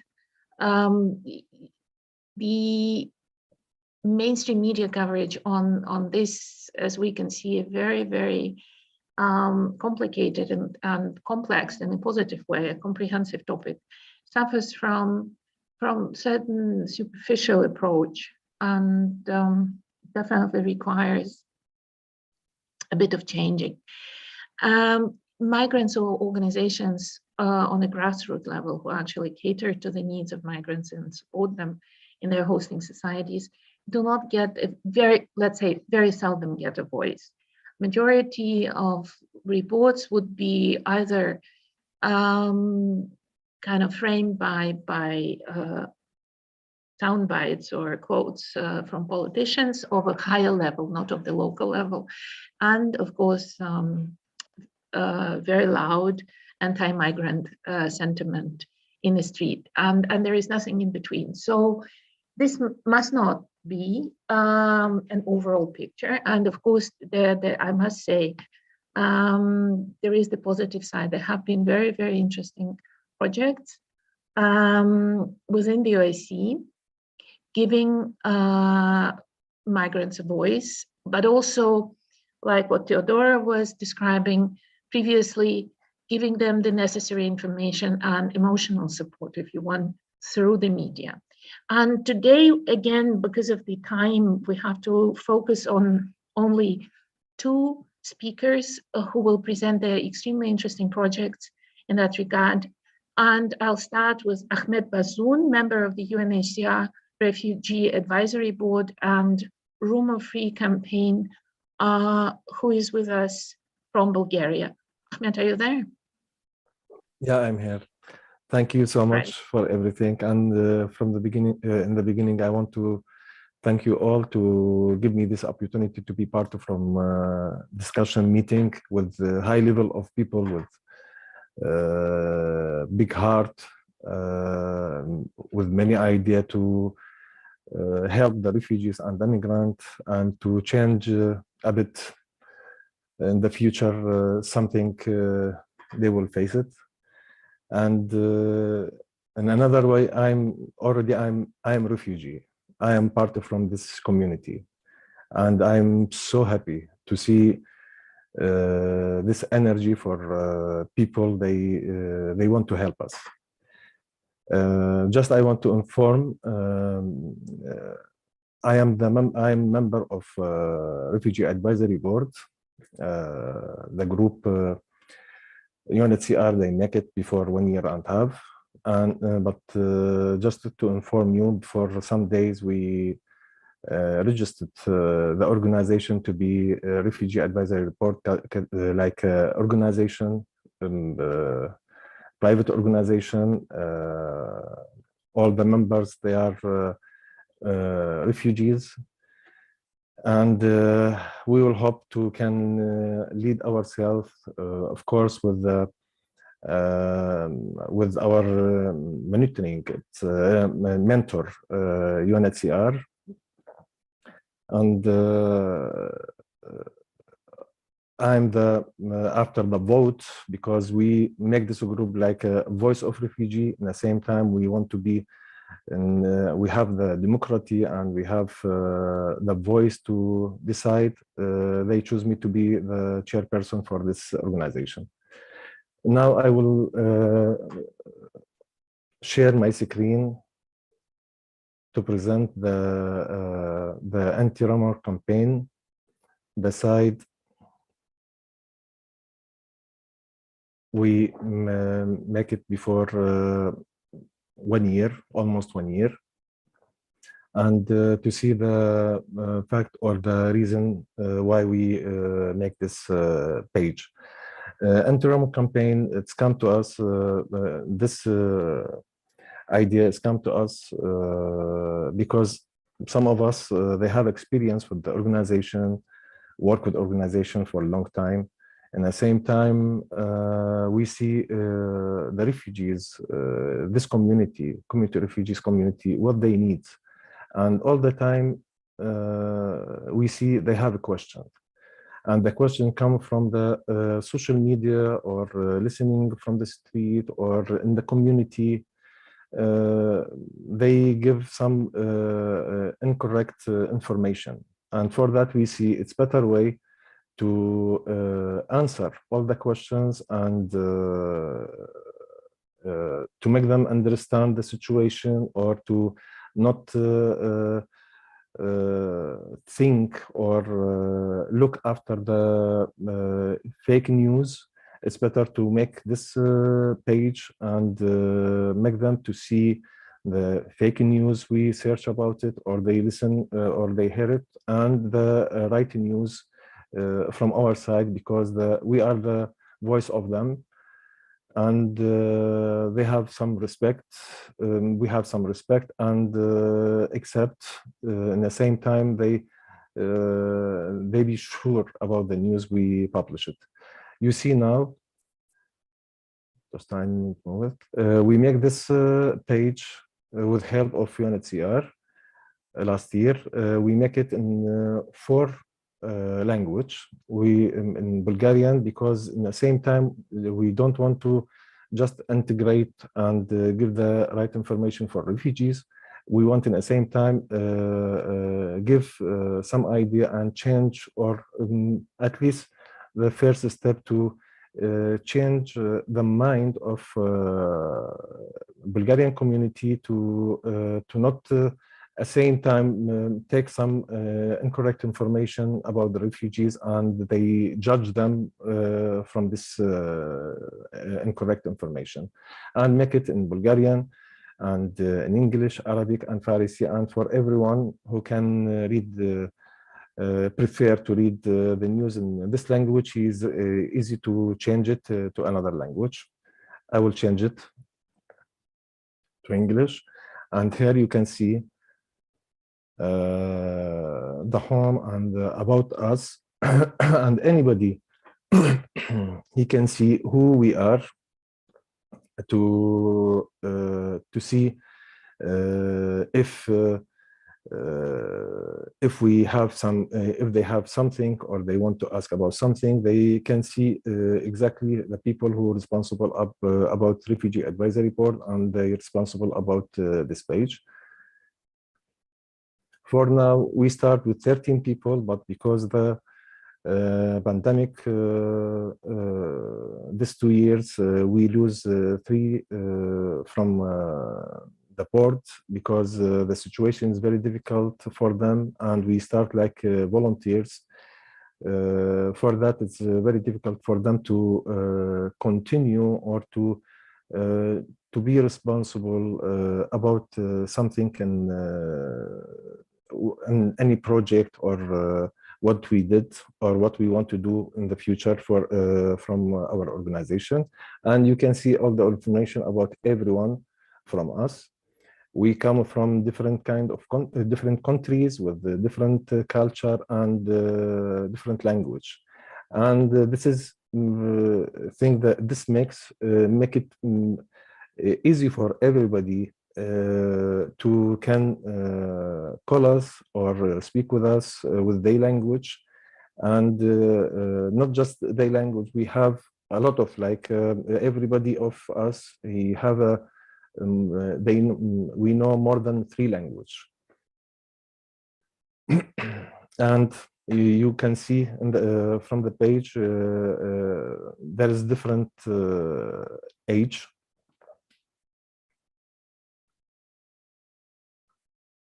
This is about us, and about the project. You can see the small information about the project, and they can change it for with 4 language.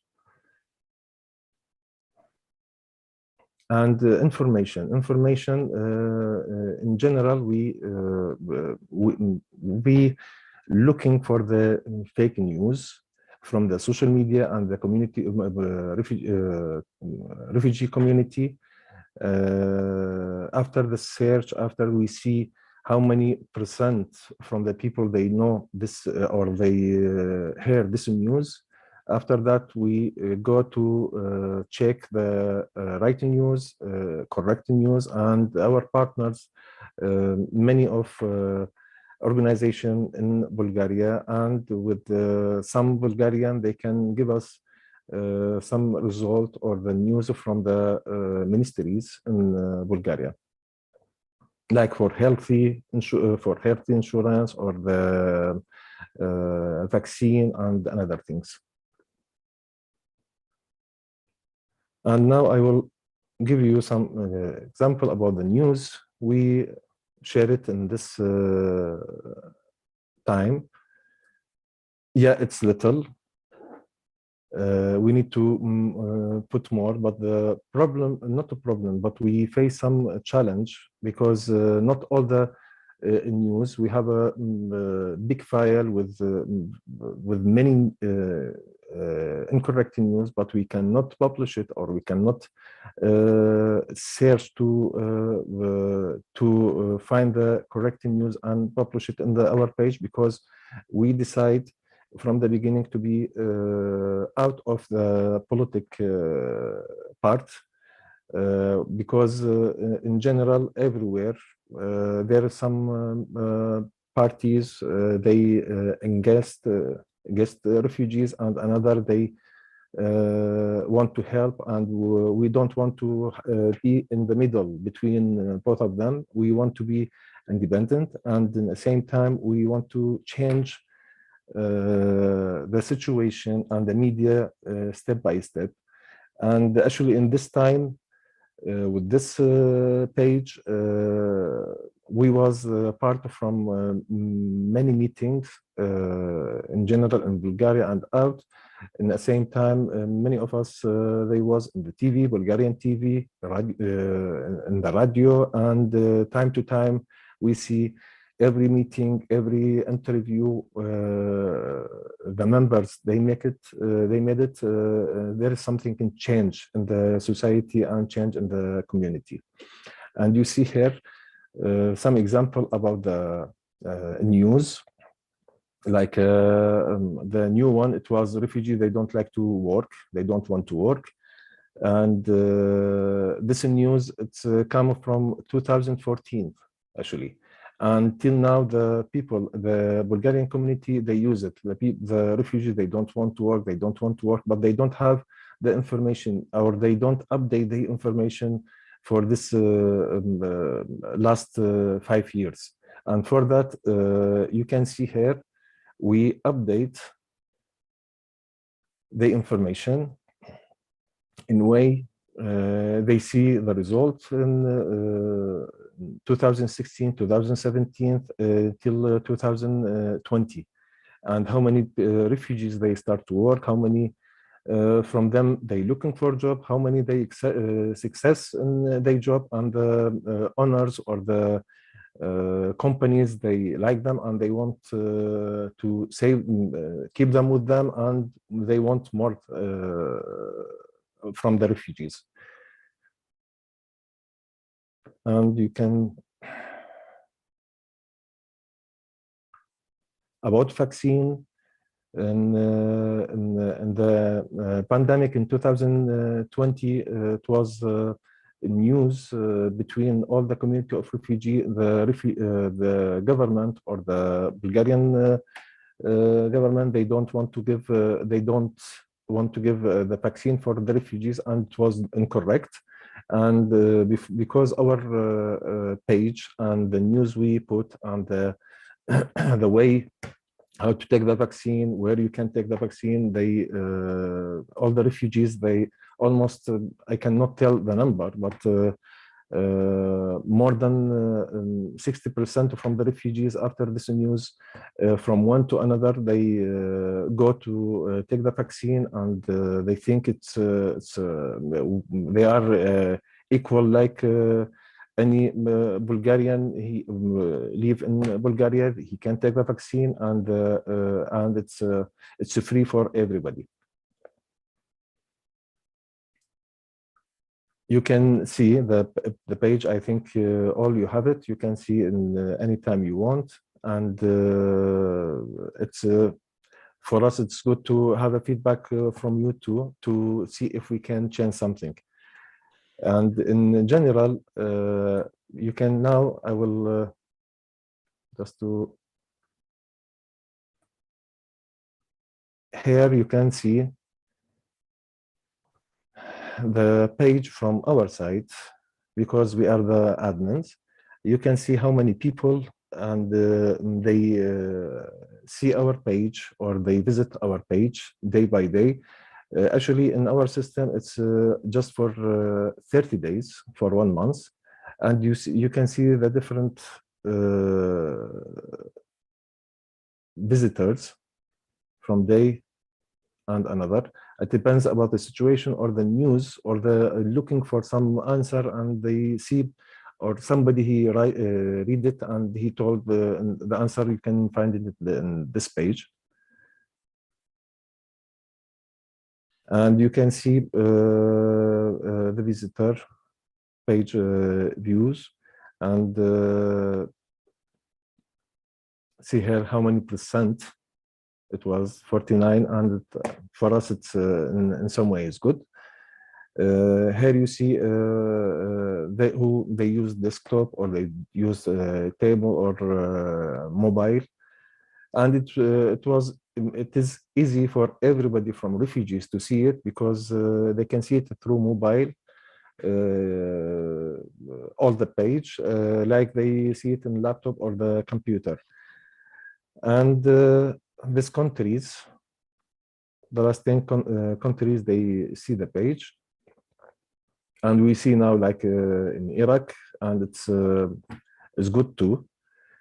To can see it in Iraq, and before yesterday it was Turkey too, because we see the refugees, they see our page from another country before they come to Europe or they come to Bulgaria, and this is something good to note. Thank you so much. I'm really sorry to interrupt you. First of all, would you post it in chat, the address of the... Okay, I will. Yeah, and I'll give you 30 seconds to wrap up. Okay. Just copy, and I will put it in the channel now. Chat.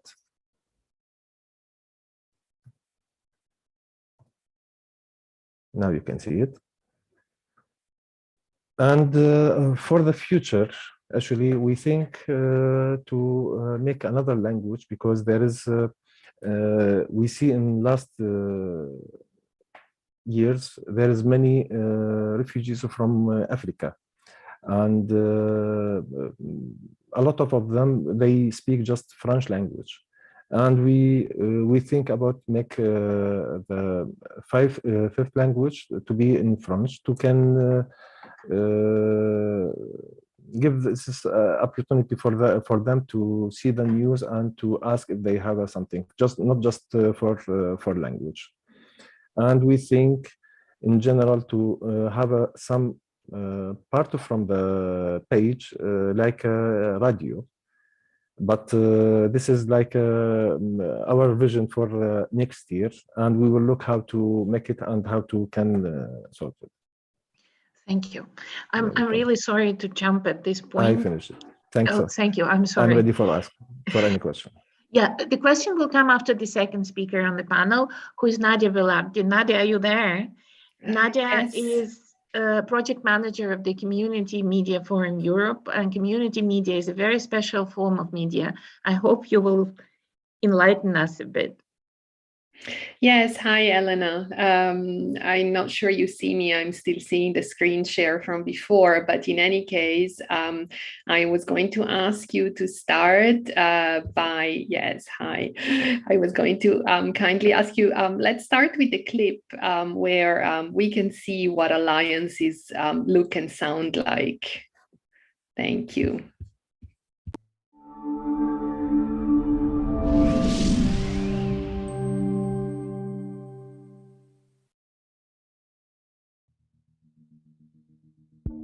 Thank you so much for allowing me the opportunity to give this presentation. To bring people from all over the world together and to have these talks that are so important. The conference will create a space for exchange between different sectors, different cultures and perspectives, and for coming together to develop strategies for future. What can we do more through culture and media? We need to share our stories the way we know it. We need to show the good picture of the diaspora. As a journalist, I feel that it's really important to allow for people to tell their own stories and to see themselves in those stories. I truly believe that facts are in favor of any emancipatory discourse.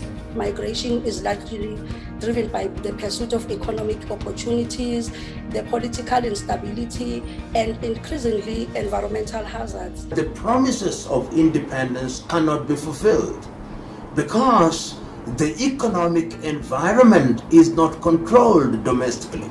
There is something very fundamental which must be changed at a very, very intimate individual level. Now I'm in the space where I can understand the best of both cultures, and that become a privilege to create a better culture. Aujourd'hui, avec ce que vous faites, ne serait-ce qu'à travers cette conférence qui est à distance et que nous pouvons suivre de n'importe quel pays.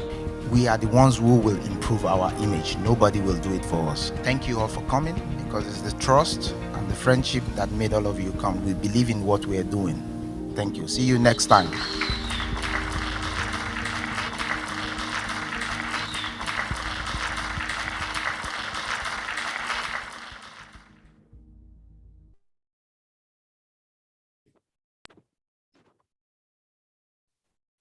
Thank you, Elena. So what we just saw was a clip from the second edition of the conference on migration and media awareness, which took place in Hamburg at the end of October and was organized by Refugee Radio Network. And this is a meeting point for journalists and activists with a migrant or refugee background who are involved in community media.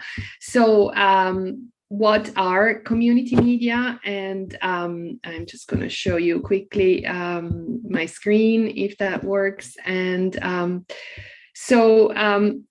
community media are also called the third media sector, and they have some distinctive elements that set them apart from commercial and public service media. And these distinctive elements are a nonprofit and independent status, participatory processes in relation to who is involved, looking at gender, looking at different connotations of minority groups, community ownership and management, community content production, a space for local languages, for identities and issues.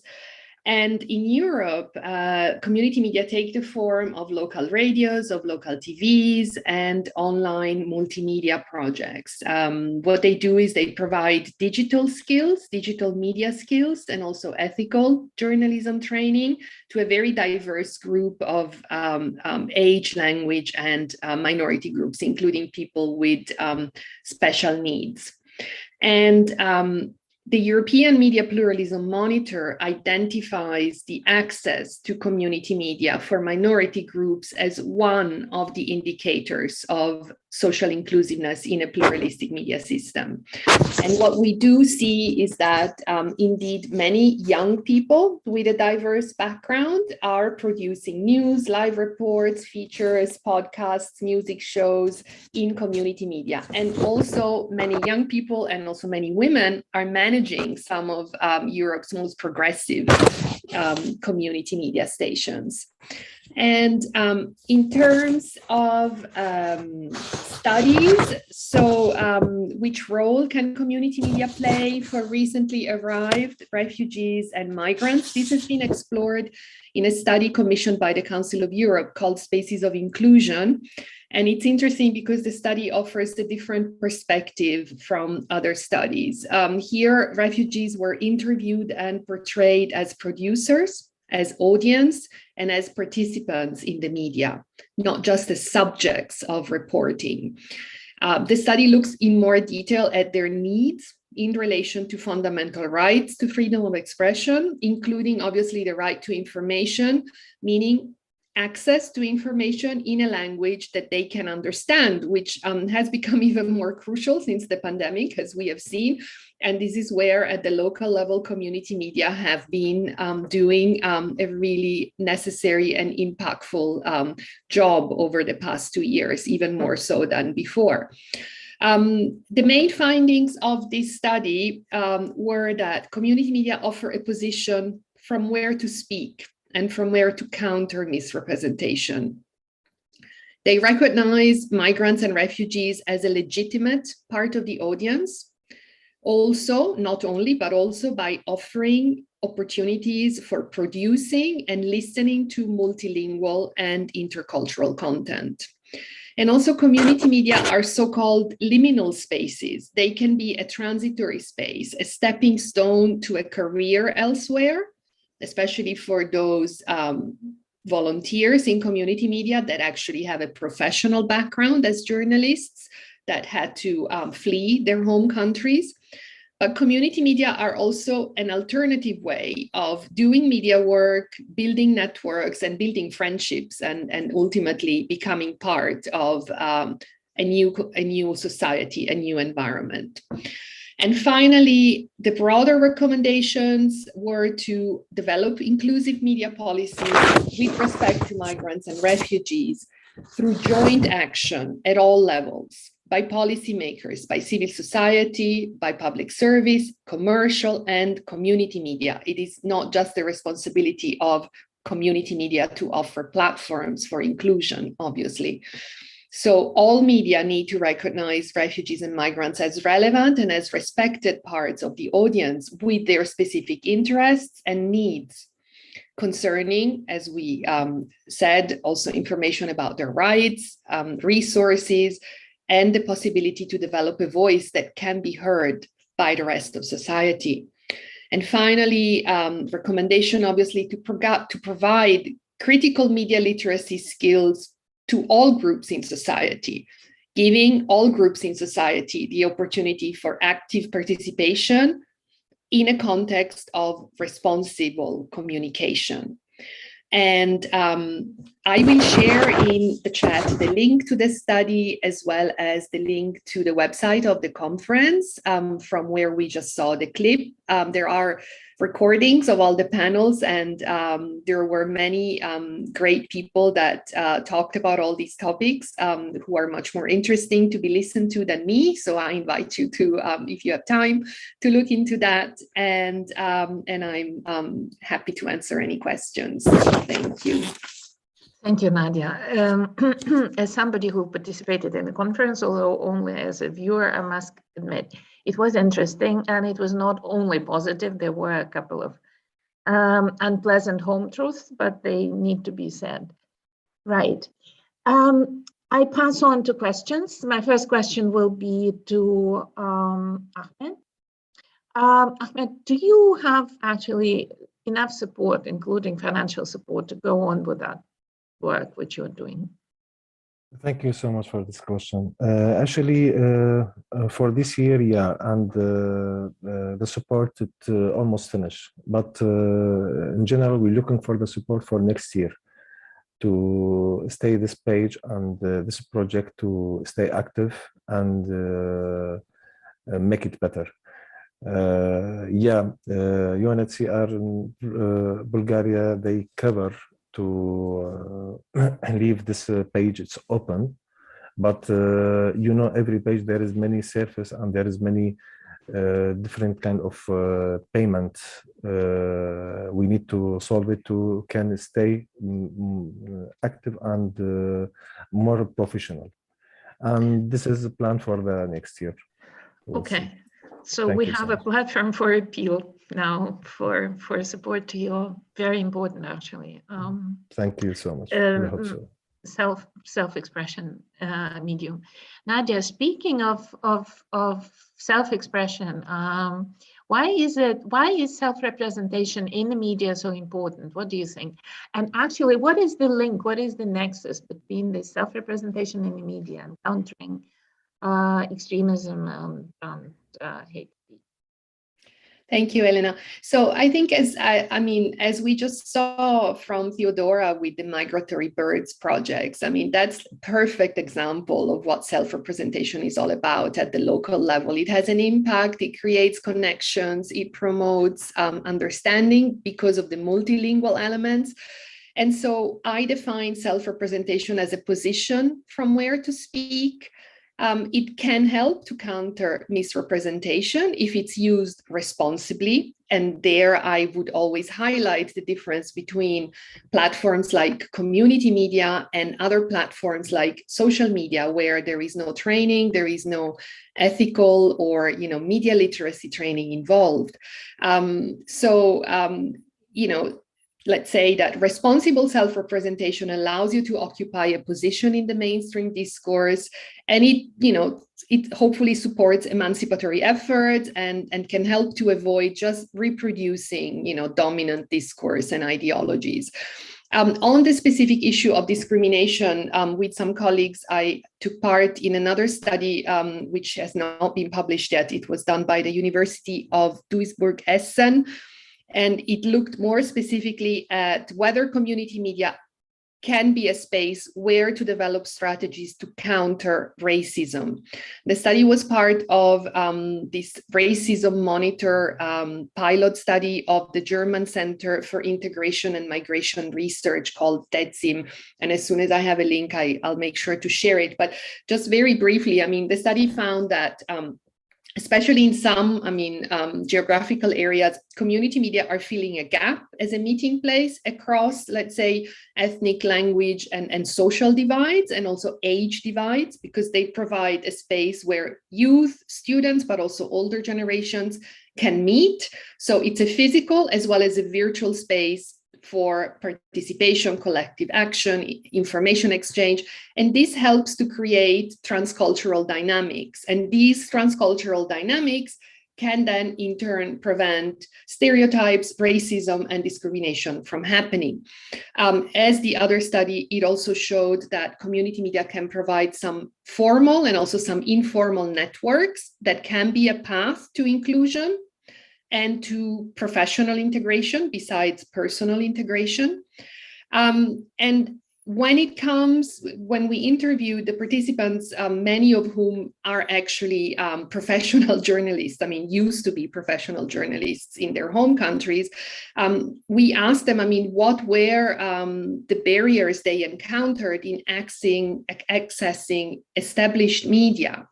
And they told us, or we found through the study, that there were 4 main exclusion mechanisms, and those were language, access, and material and symbolic resources. And indeed, but this is a whole other topic, we know that access to the professional European media industry for journalists with a refugee or migrant background remains very limited. And, again, community media can be a stepping stone.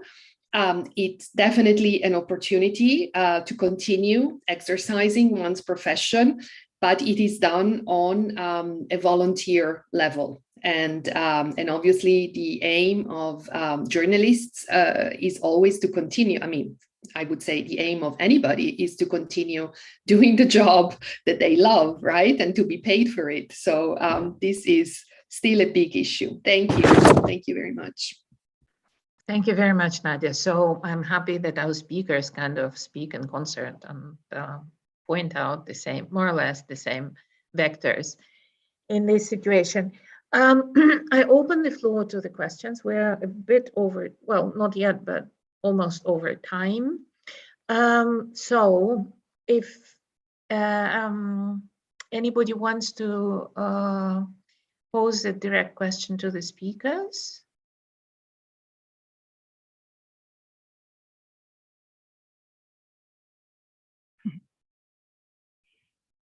No. Then I pass on the floor to Sophie. Yes, Elena, I'm also looking at the time. Now it's time for the contributions from our audience. We have about 15 minutes. First, I would like to give the screen to the delegations of OSCE participating states and partners for cooperation. Please write your name or your country into the chat box so we can follow it from there.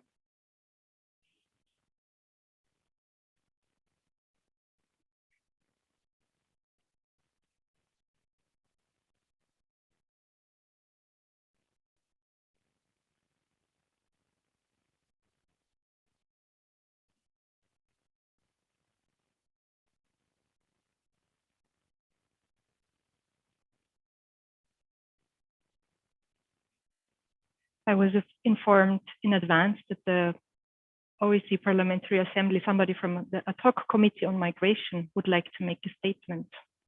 Are you there? Are you willing to speak? Yes, please. Can you hear me? Yes, please go ahead. Because I have a problem with the video camera. Okay, thank you very much. A day ahead of the International Migrant Day, this discussion is both pending and valuable. Although there is sufficient hard evidence that refugees and migrants can have a significant positive contribution to their host societies, If given the opportunity, public perceptions and attitudes significantly impact these prospects. States authorities, the media, academics, the private sector, and the civil society have a critical role to play in this respect. For example, there is a clear need for the media to differentiate the terms play in this respect. For example, refugees and migratory, while journalists need to be aware of the great negative impact their use of threat frames in their reporting has on attitudes towards the integration of refugees and migrants. Notably, when humanitarian frames are used, the impact has been found to be far more positive. The OSCE structures could contribute in this regard by promoting exchange of good practices among representatives of the media. However, as the OSCE Parliamentary Assembly Special Representative on Civil Society Engagement, I wanted to underline the part that international and local NGOs can play in this respect, whether civil society organizations are trying to raise funds, disseminate work, or advocate on behalf of refugees and migrants. Their success is based on how refugees and migrants' futures within public perceptions. Therefore, civil society initiatives aiming to engage with public attitudes can make a huge difference as well. Organizes meaningful contacts between the local population and refugees or migrants tend to bring people much closer. Pertinent studies have found that when people get to know refugees and migrants personally, they tend to develop positive disposition and sympathy towards them. It is a personal story of suffering, but also of courage, strength, and resilience that enables hosting communities to feel empathy and understanding. Furthermore, getting people to engage in voluntary or even donating to such causes is another proven way to creating positive perceptions among the hosting population.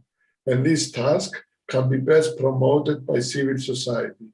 I very much hope that the OSCE, through its engagement with NGOs in the participating states, can help promote such contacts. However, I cannot but to point out that some countries of first reception, including my country, Cyprus, feel overwhelmed with the current refugee and migrant flows. It is clear that distorted political narratives framing refugees and migrants as threats should be excluded from the public dialogue, as they are not underpinned by hard evidence. At the same time, discrediting states' considerations as demagoguery is not constructive. When states with their own internal difficulties find themselves hosting massive refugee populations for years on end as a result of other states' blatant refusal to relocate migrants, or as a result of being the victims of instrumentalization of migrants and refugees by states that seek to secure political gains, it is evident that efforts to shape positive public perception will more likely fail. Therefore, we must accept every effort to find a holistic solution to migration so that states and individuals alike can reap its important benefits. Thank you very much. Thank you very much for your contribution. Looking at the time, I will not even try to summarize all the important elements that were in your statement. I will rather ask if there's another delegation that would like to take the floor. If that's not the case, then I will open the floor to the entire audience if there are any comments from other colleagues.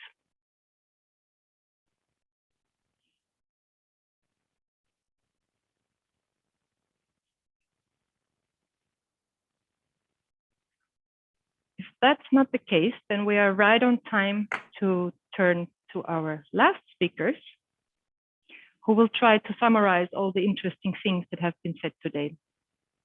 What we would like to hear from them are a few key messages, maybe the main takeaways. We would also like to hear how UNHCR and the OSCE intend to take this topic forward.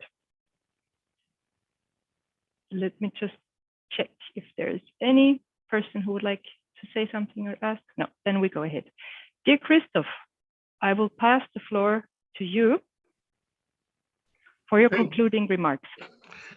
Thank you, Sophie, and thank you to all our experts who presented us with very interesting research findings and outlined very innovative, creative projects during our event.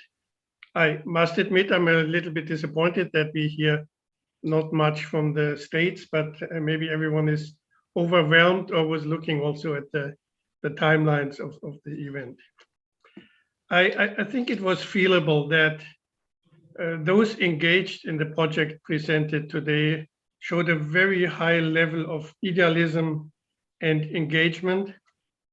And they bring in not only their brains, but also their hearts into the efforts to tackle discrimination, to overcome wrong narratives, to work towards more harmonized, integrated societies, bringing migrants, refugees, and host communities closer together with the aim there will be no distinction at one stage, but a common jointly working community. Noting all these positive ideas, which focused very much on enhancing interaction, on allowing refugees to participate in and contribute to media, to be better informed about host society, and in turn, host society better about refugees and their plight and their background. There was one very valid question posed by Alice. And that was the question how we ensure that we do not only reach those who are already converted. Malte answered correctly how much it's tried to widen the audience of all our external relation and communication efforts, but I think we cannot conclude there. So I would give one term for our future work to be looked at, and that term is mainstreaming these efforts. So how can communication with refugees, with migrants, among them and with the host community be brought into everyday life situations beyond specific projects? We need these projects. They are piloting, they send certain messages, they may have multiplier functions, but how can we reach other fora in the society to interact? And so my proposal as a starting point, and being very open to other thoughts, might be how can we enhance communication, reach out in broader segments of the society, be it, that was mentioned on one occasion, be it sports, be it culture, or be it civil society, including one area where I see still access problems for refugees and migrants, and that's in the voluntary services. Permit me one very personal observation. When I undertook recent vaccinations in Vienna, which I think is model in how it's organized, it was very impressive what wide segments of society and of nationalities were engaged in these vaccination efforts. I had Hungarian nurses, I had doctors from African descent. There were really 10, 15 different nationalities among the support staff in the vaccination center. And I think that without any written messages, just the practice showed a very clear indication how much our societies depend already on the helping hands, on the helping brains, on the support from migrants and refugees. And I think this would be an area to look closer at. We know from earlier training engagement with military and with CIMIC, civil military cooperation, that access of migrants and refugees, for example, to voluntary fire brigade, to other civilian services in assisting in emergencies, is still limited. It's still seen as a potential issue of loyalty, potential loyalty conflicts, and it's noted that sometimes these response services are part of civil defense systems. I think, and here the OSCE link with the authorities and on the other hand civil society offers added value, that maybe we can look at issues how refugees and migrants can participate in voluntary services, addressing catastrophes, addressing or serving in local fire brigades, serving in medical response services, because integration in these not refugee-specific networks and efforts, I think that sends a very, very clear signal on the value which refugees and migrants can play in the host societies. I would very much also appreciate some feedback from states, because here we would, for the research and then for the good practice exchange, have to build on authorities dealing with emergency response. So that's from my side. And in conclusion, once more, a big thank you to everyone who was involved in the preparation and the conduct of today's event. Thank you. Thank you, Christoph. Thank you for pointing out the important contribution of volunteering in the voluntary sector that is important for refugees as much as it is important for host societies as well. I also liked that you shared your personal experience getting the vaccines in Vienna. And I also very much like the high level of optimism, of how do you call it, of idealism that you mentioned. Maybe this is also what we should be mainstreaming in our work. The next speaker on the list is Alice Chepanikova. Alice works as migration and freedom of movement advisor at ODIHR.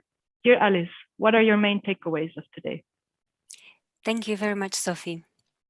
And I would also like to just thank you and Elena and Luca for really very nice and smooth coordination in organizing this event. So it's a pleasure to work with you.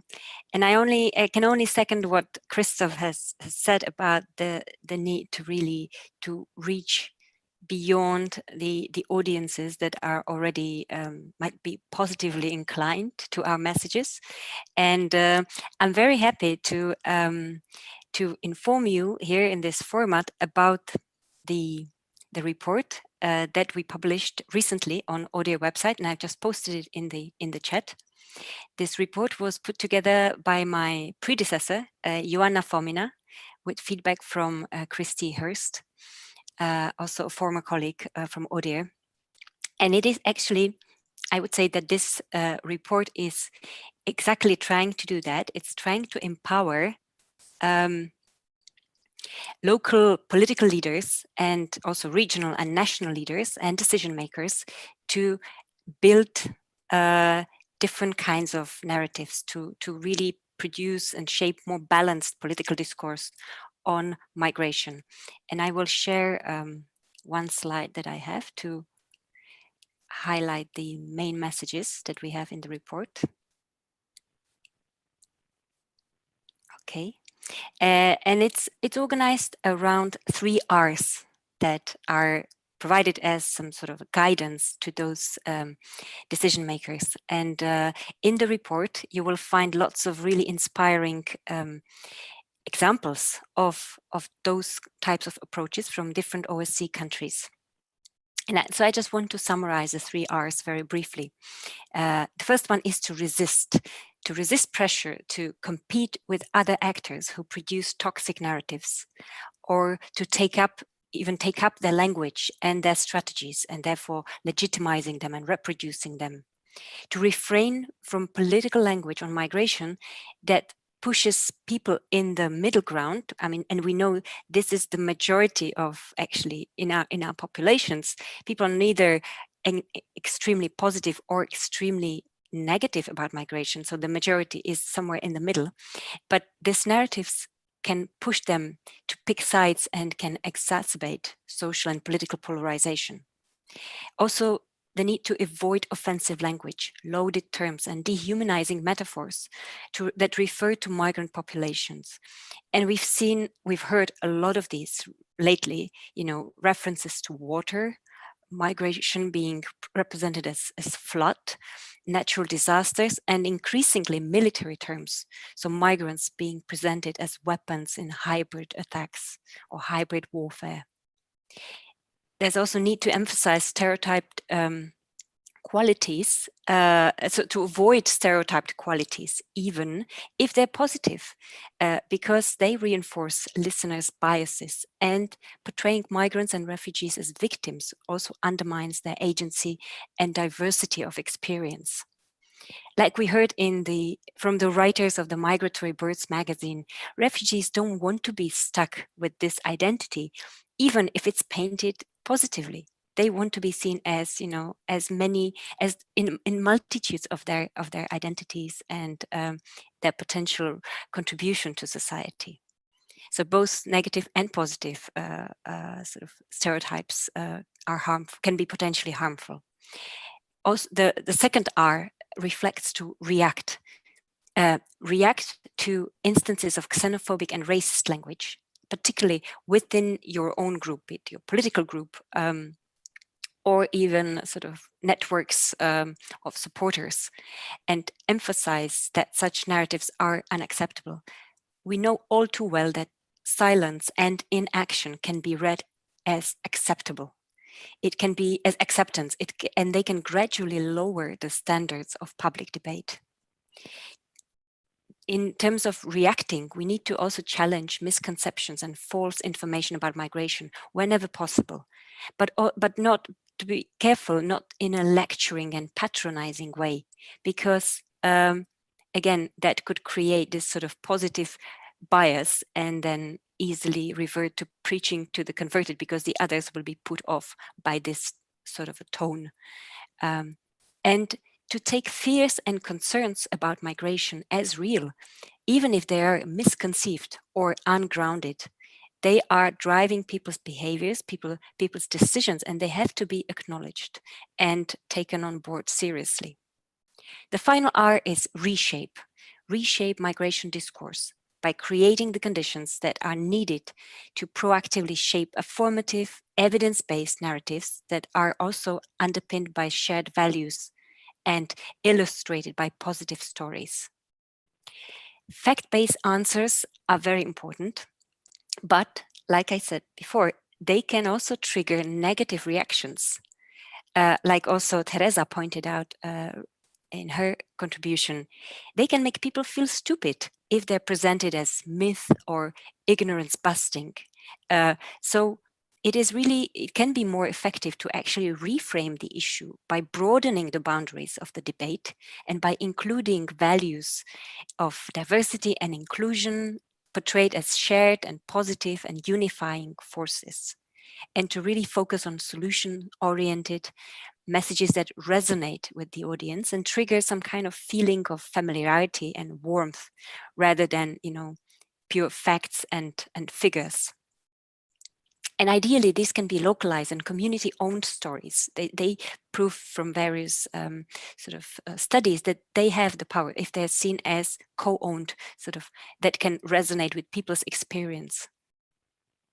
And in the long term, of course, migration discourse can also be reshaped by supporting institutions in mainstreaming diversity in their work and policies, helping them respond to the needs, interests, and priorities of the whole population, that is, including migrants and refugees.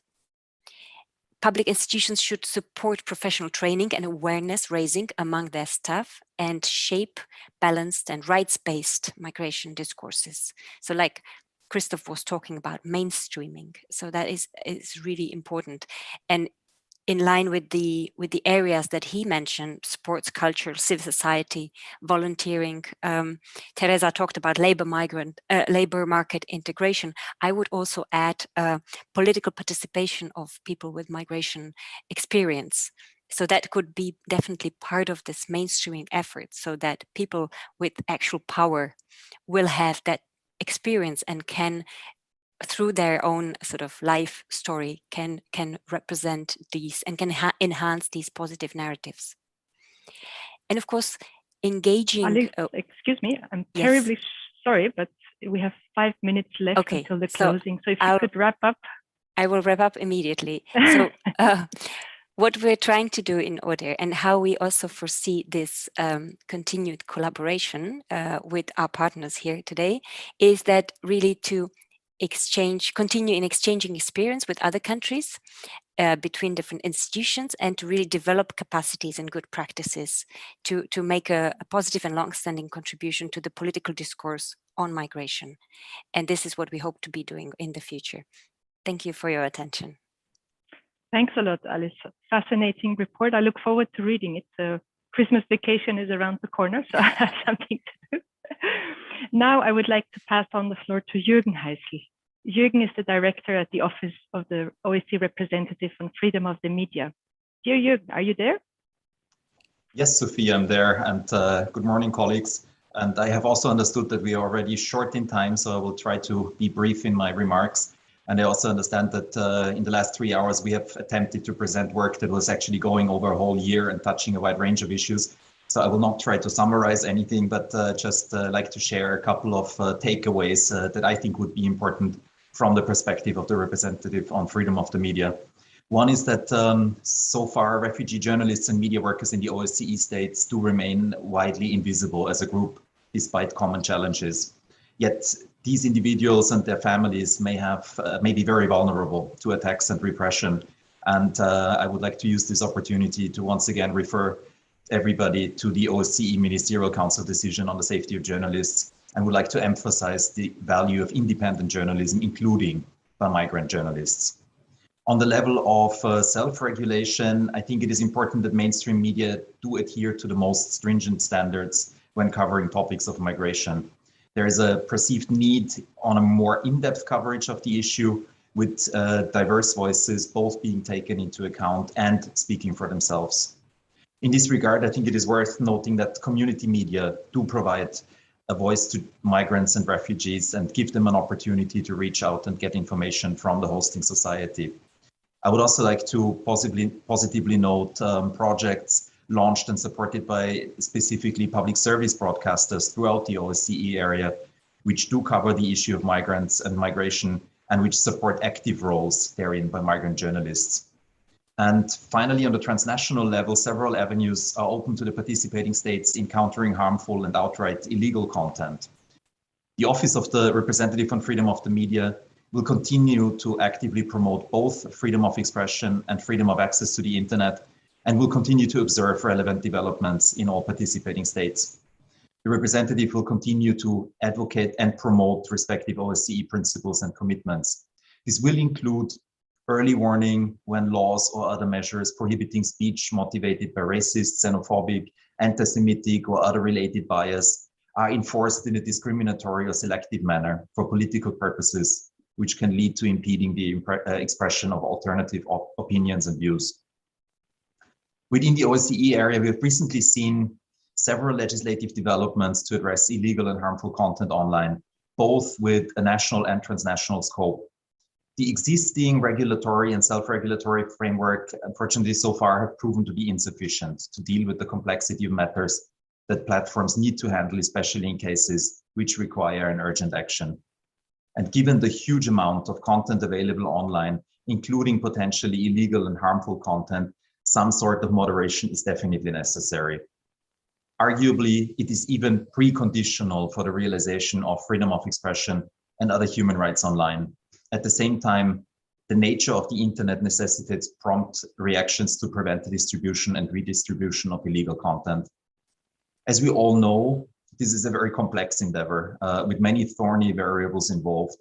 While all forms of illegal and harmful online content need to be addressed in some way, they may require different responses and current efforts to do so, including the use of artificial intelligence to detect and remove such content may bring along an additional set of challenges to our human rights. And this is also another field that we've been working in for quite some time now. So what we need is a coordinated multilateral effort. This effort should aim before anything at establishing a common understanding, sharing of knowledge about the way platforms operate, the different manners in which perpetrators of hate speech may use platforms for their purposes, the panoply of measures and instruments available to state authorities and platforms, and the implications and trade-offs derived from different possible choices.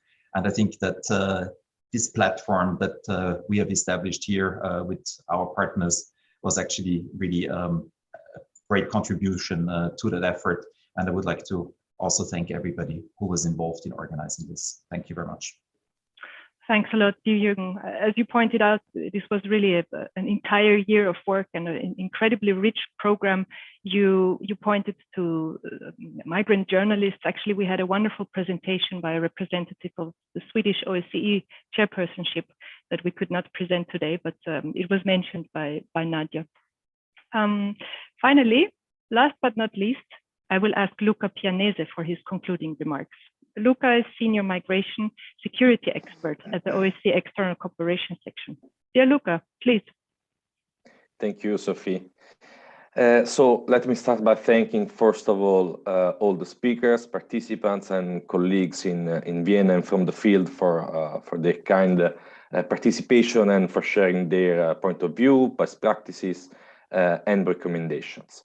We've heard so many interesting projects and good practices. So I believe events like today's one are always useful to remind us the internal expertise and the number of projects on migration our organization says. So I cannot really appreciate all of the contributions and ideas. It's been a long and fruitful discussion of particular interest since migrants and refugees are under and often inaccurately represented, and this misrepresentation can lead ultimately to divisive and unsafe societies. As stereotypes, toxic narratives, hate speech, and hate crimes targeting migrants and refugees proliferate across the OSCE area, a balanced and fair reporting is needed more than ever. But today we want also to celebrate the International Migrants Day. Now I don't want to go out of the track, but like to remind that unfortunately the lives of migrants are in danger every day. Thousands of people, including women, unaccompanied minors, and elderly, die of cold at our borders, at our national borders, or drown at sea.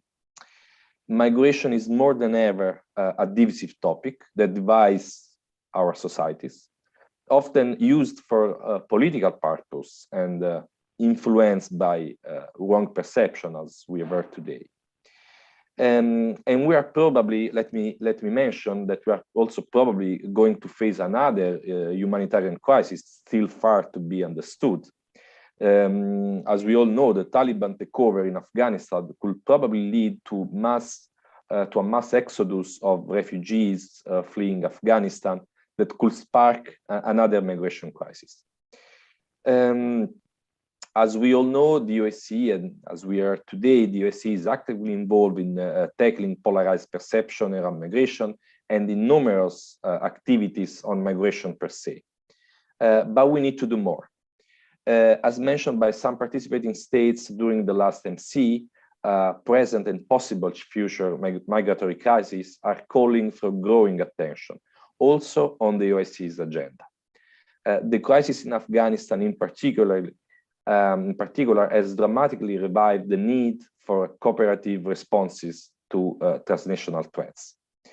In this framework, the OSCE capacity in addressing migration-related crises is, of course, helpful to address these challenges. Our participating states have committed to use the OSCE as a platform to discuss best practices and address migration-related issues in order to strengthen a coordinating and mutually beneficial international response to migration governance. But I want to call on participating states and partners for cooperation to make full use of our know-how, our resources, to tackle the present and upcoming migratory crises that are a threat to the life of people on the move and to our democracies and the values they represent. Finally, let me just conclude by thanking Alice, Elena, and special mention to our colleagues in UNHCR for their continuous support and cooperation.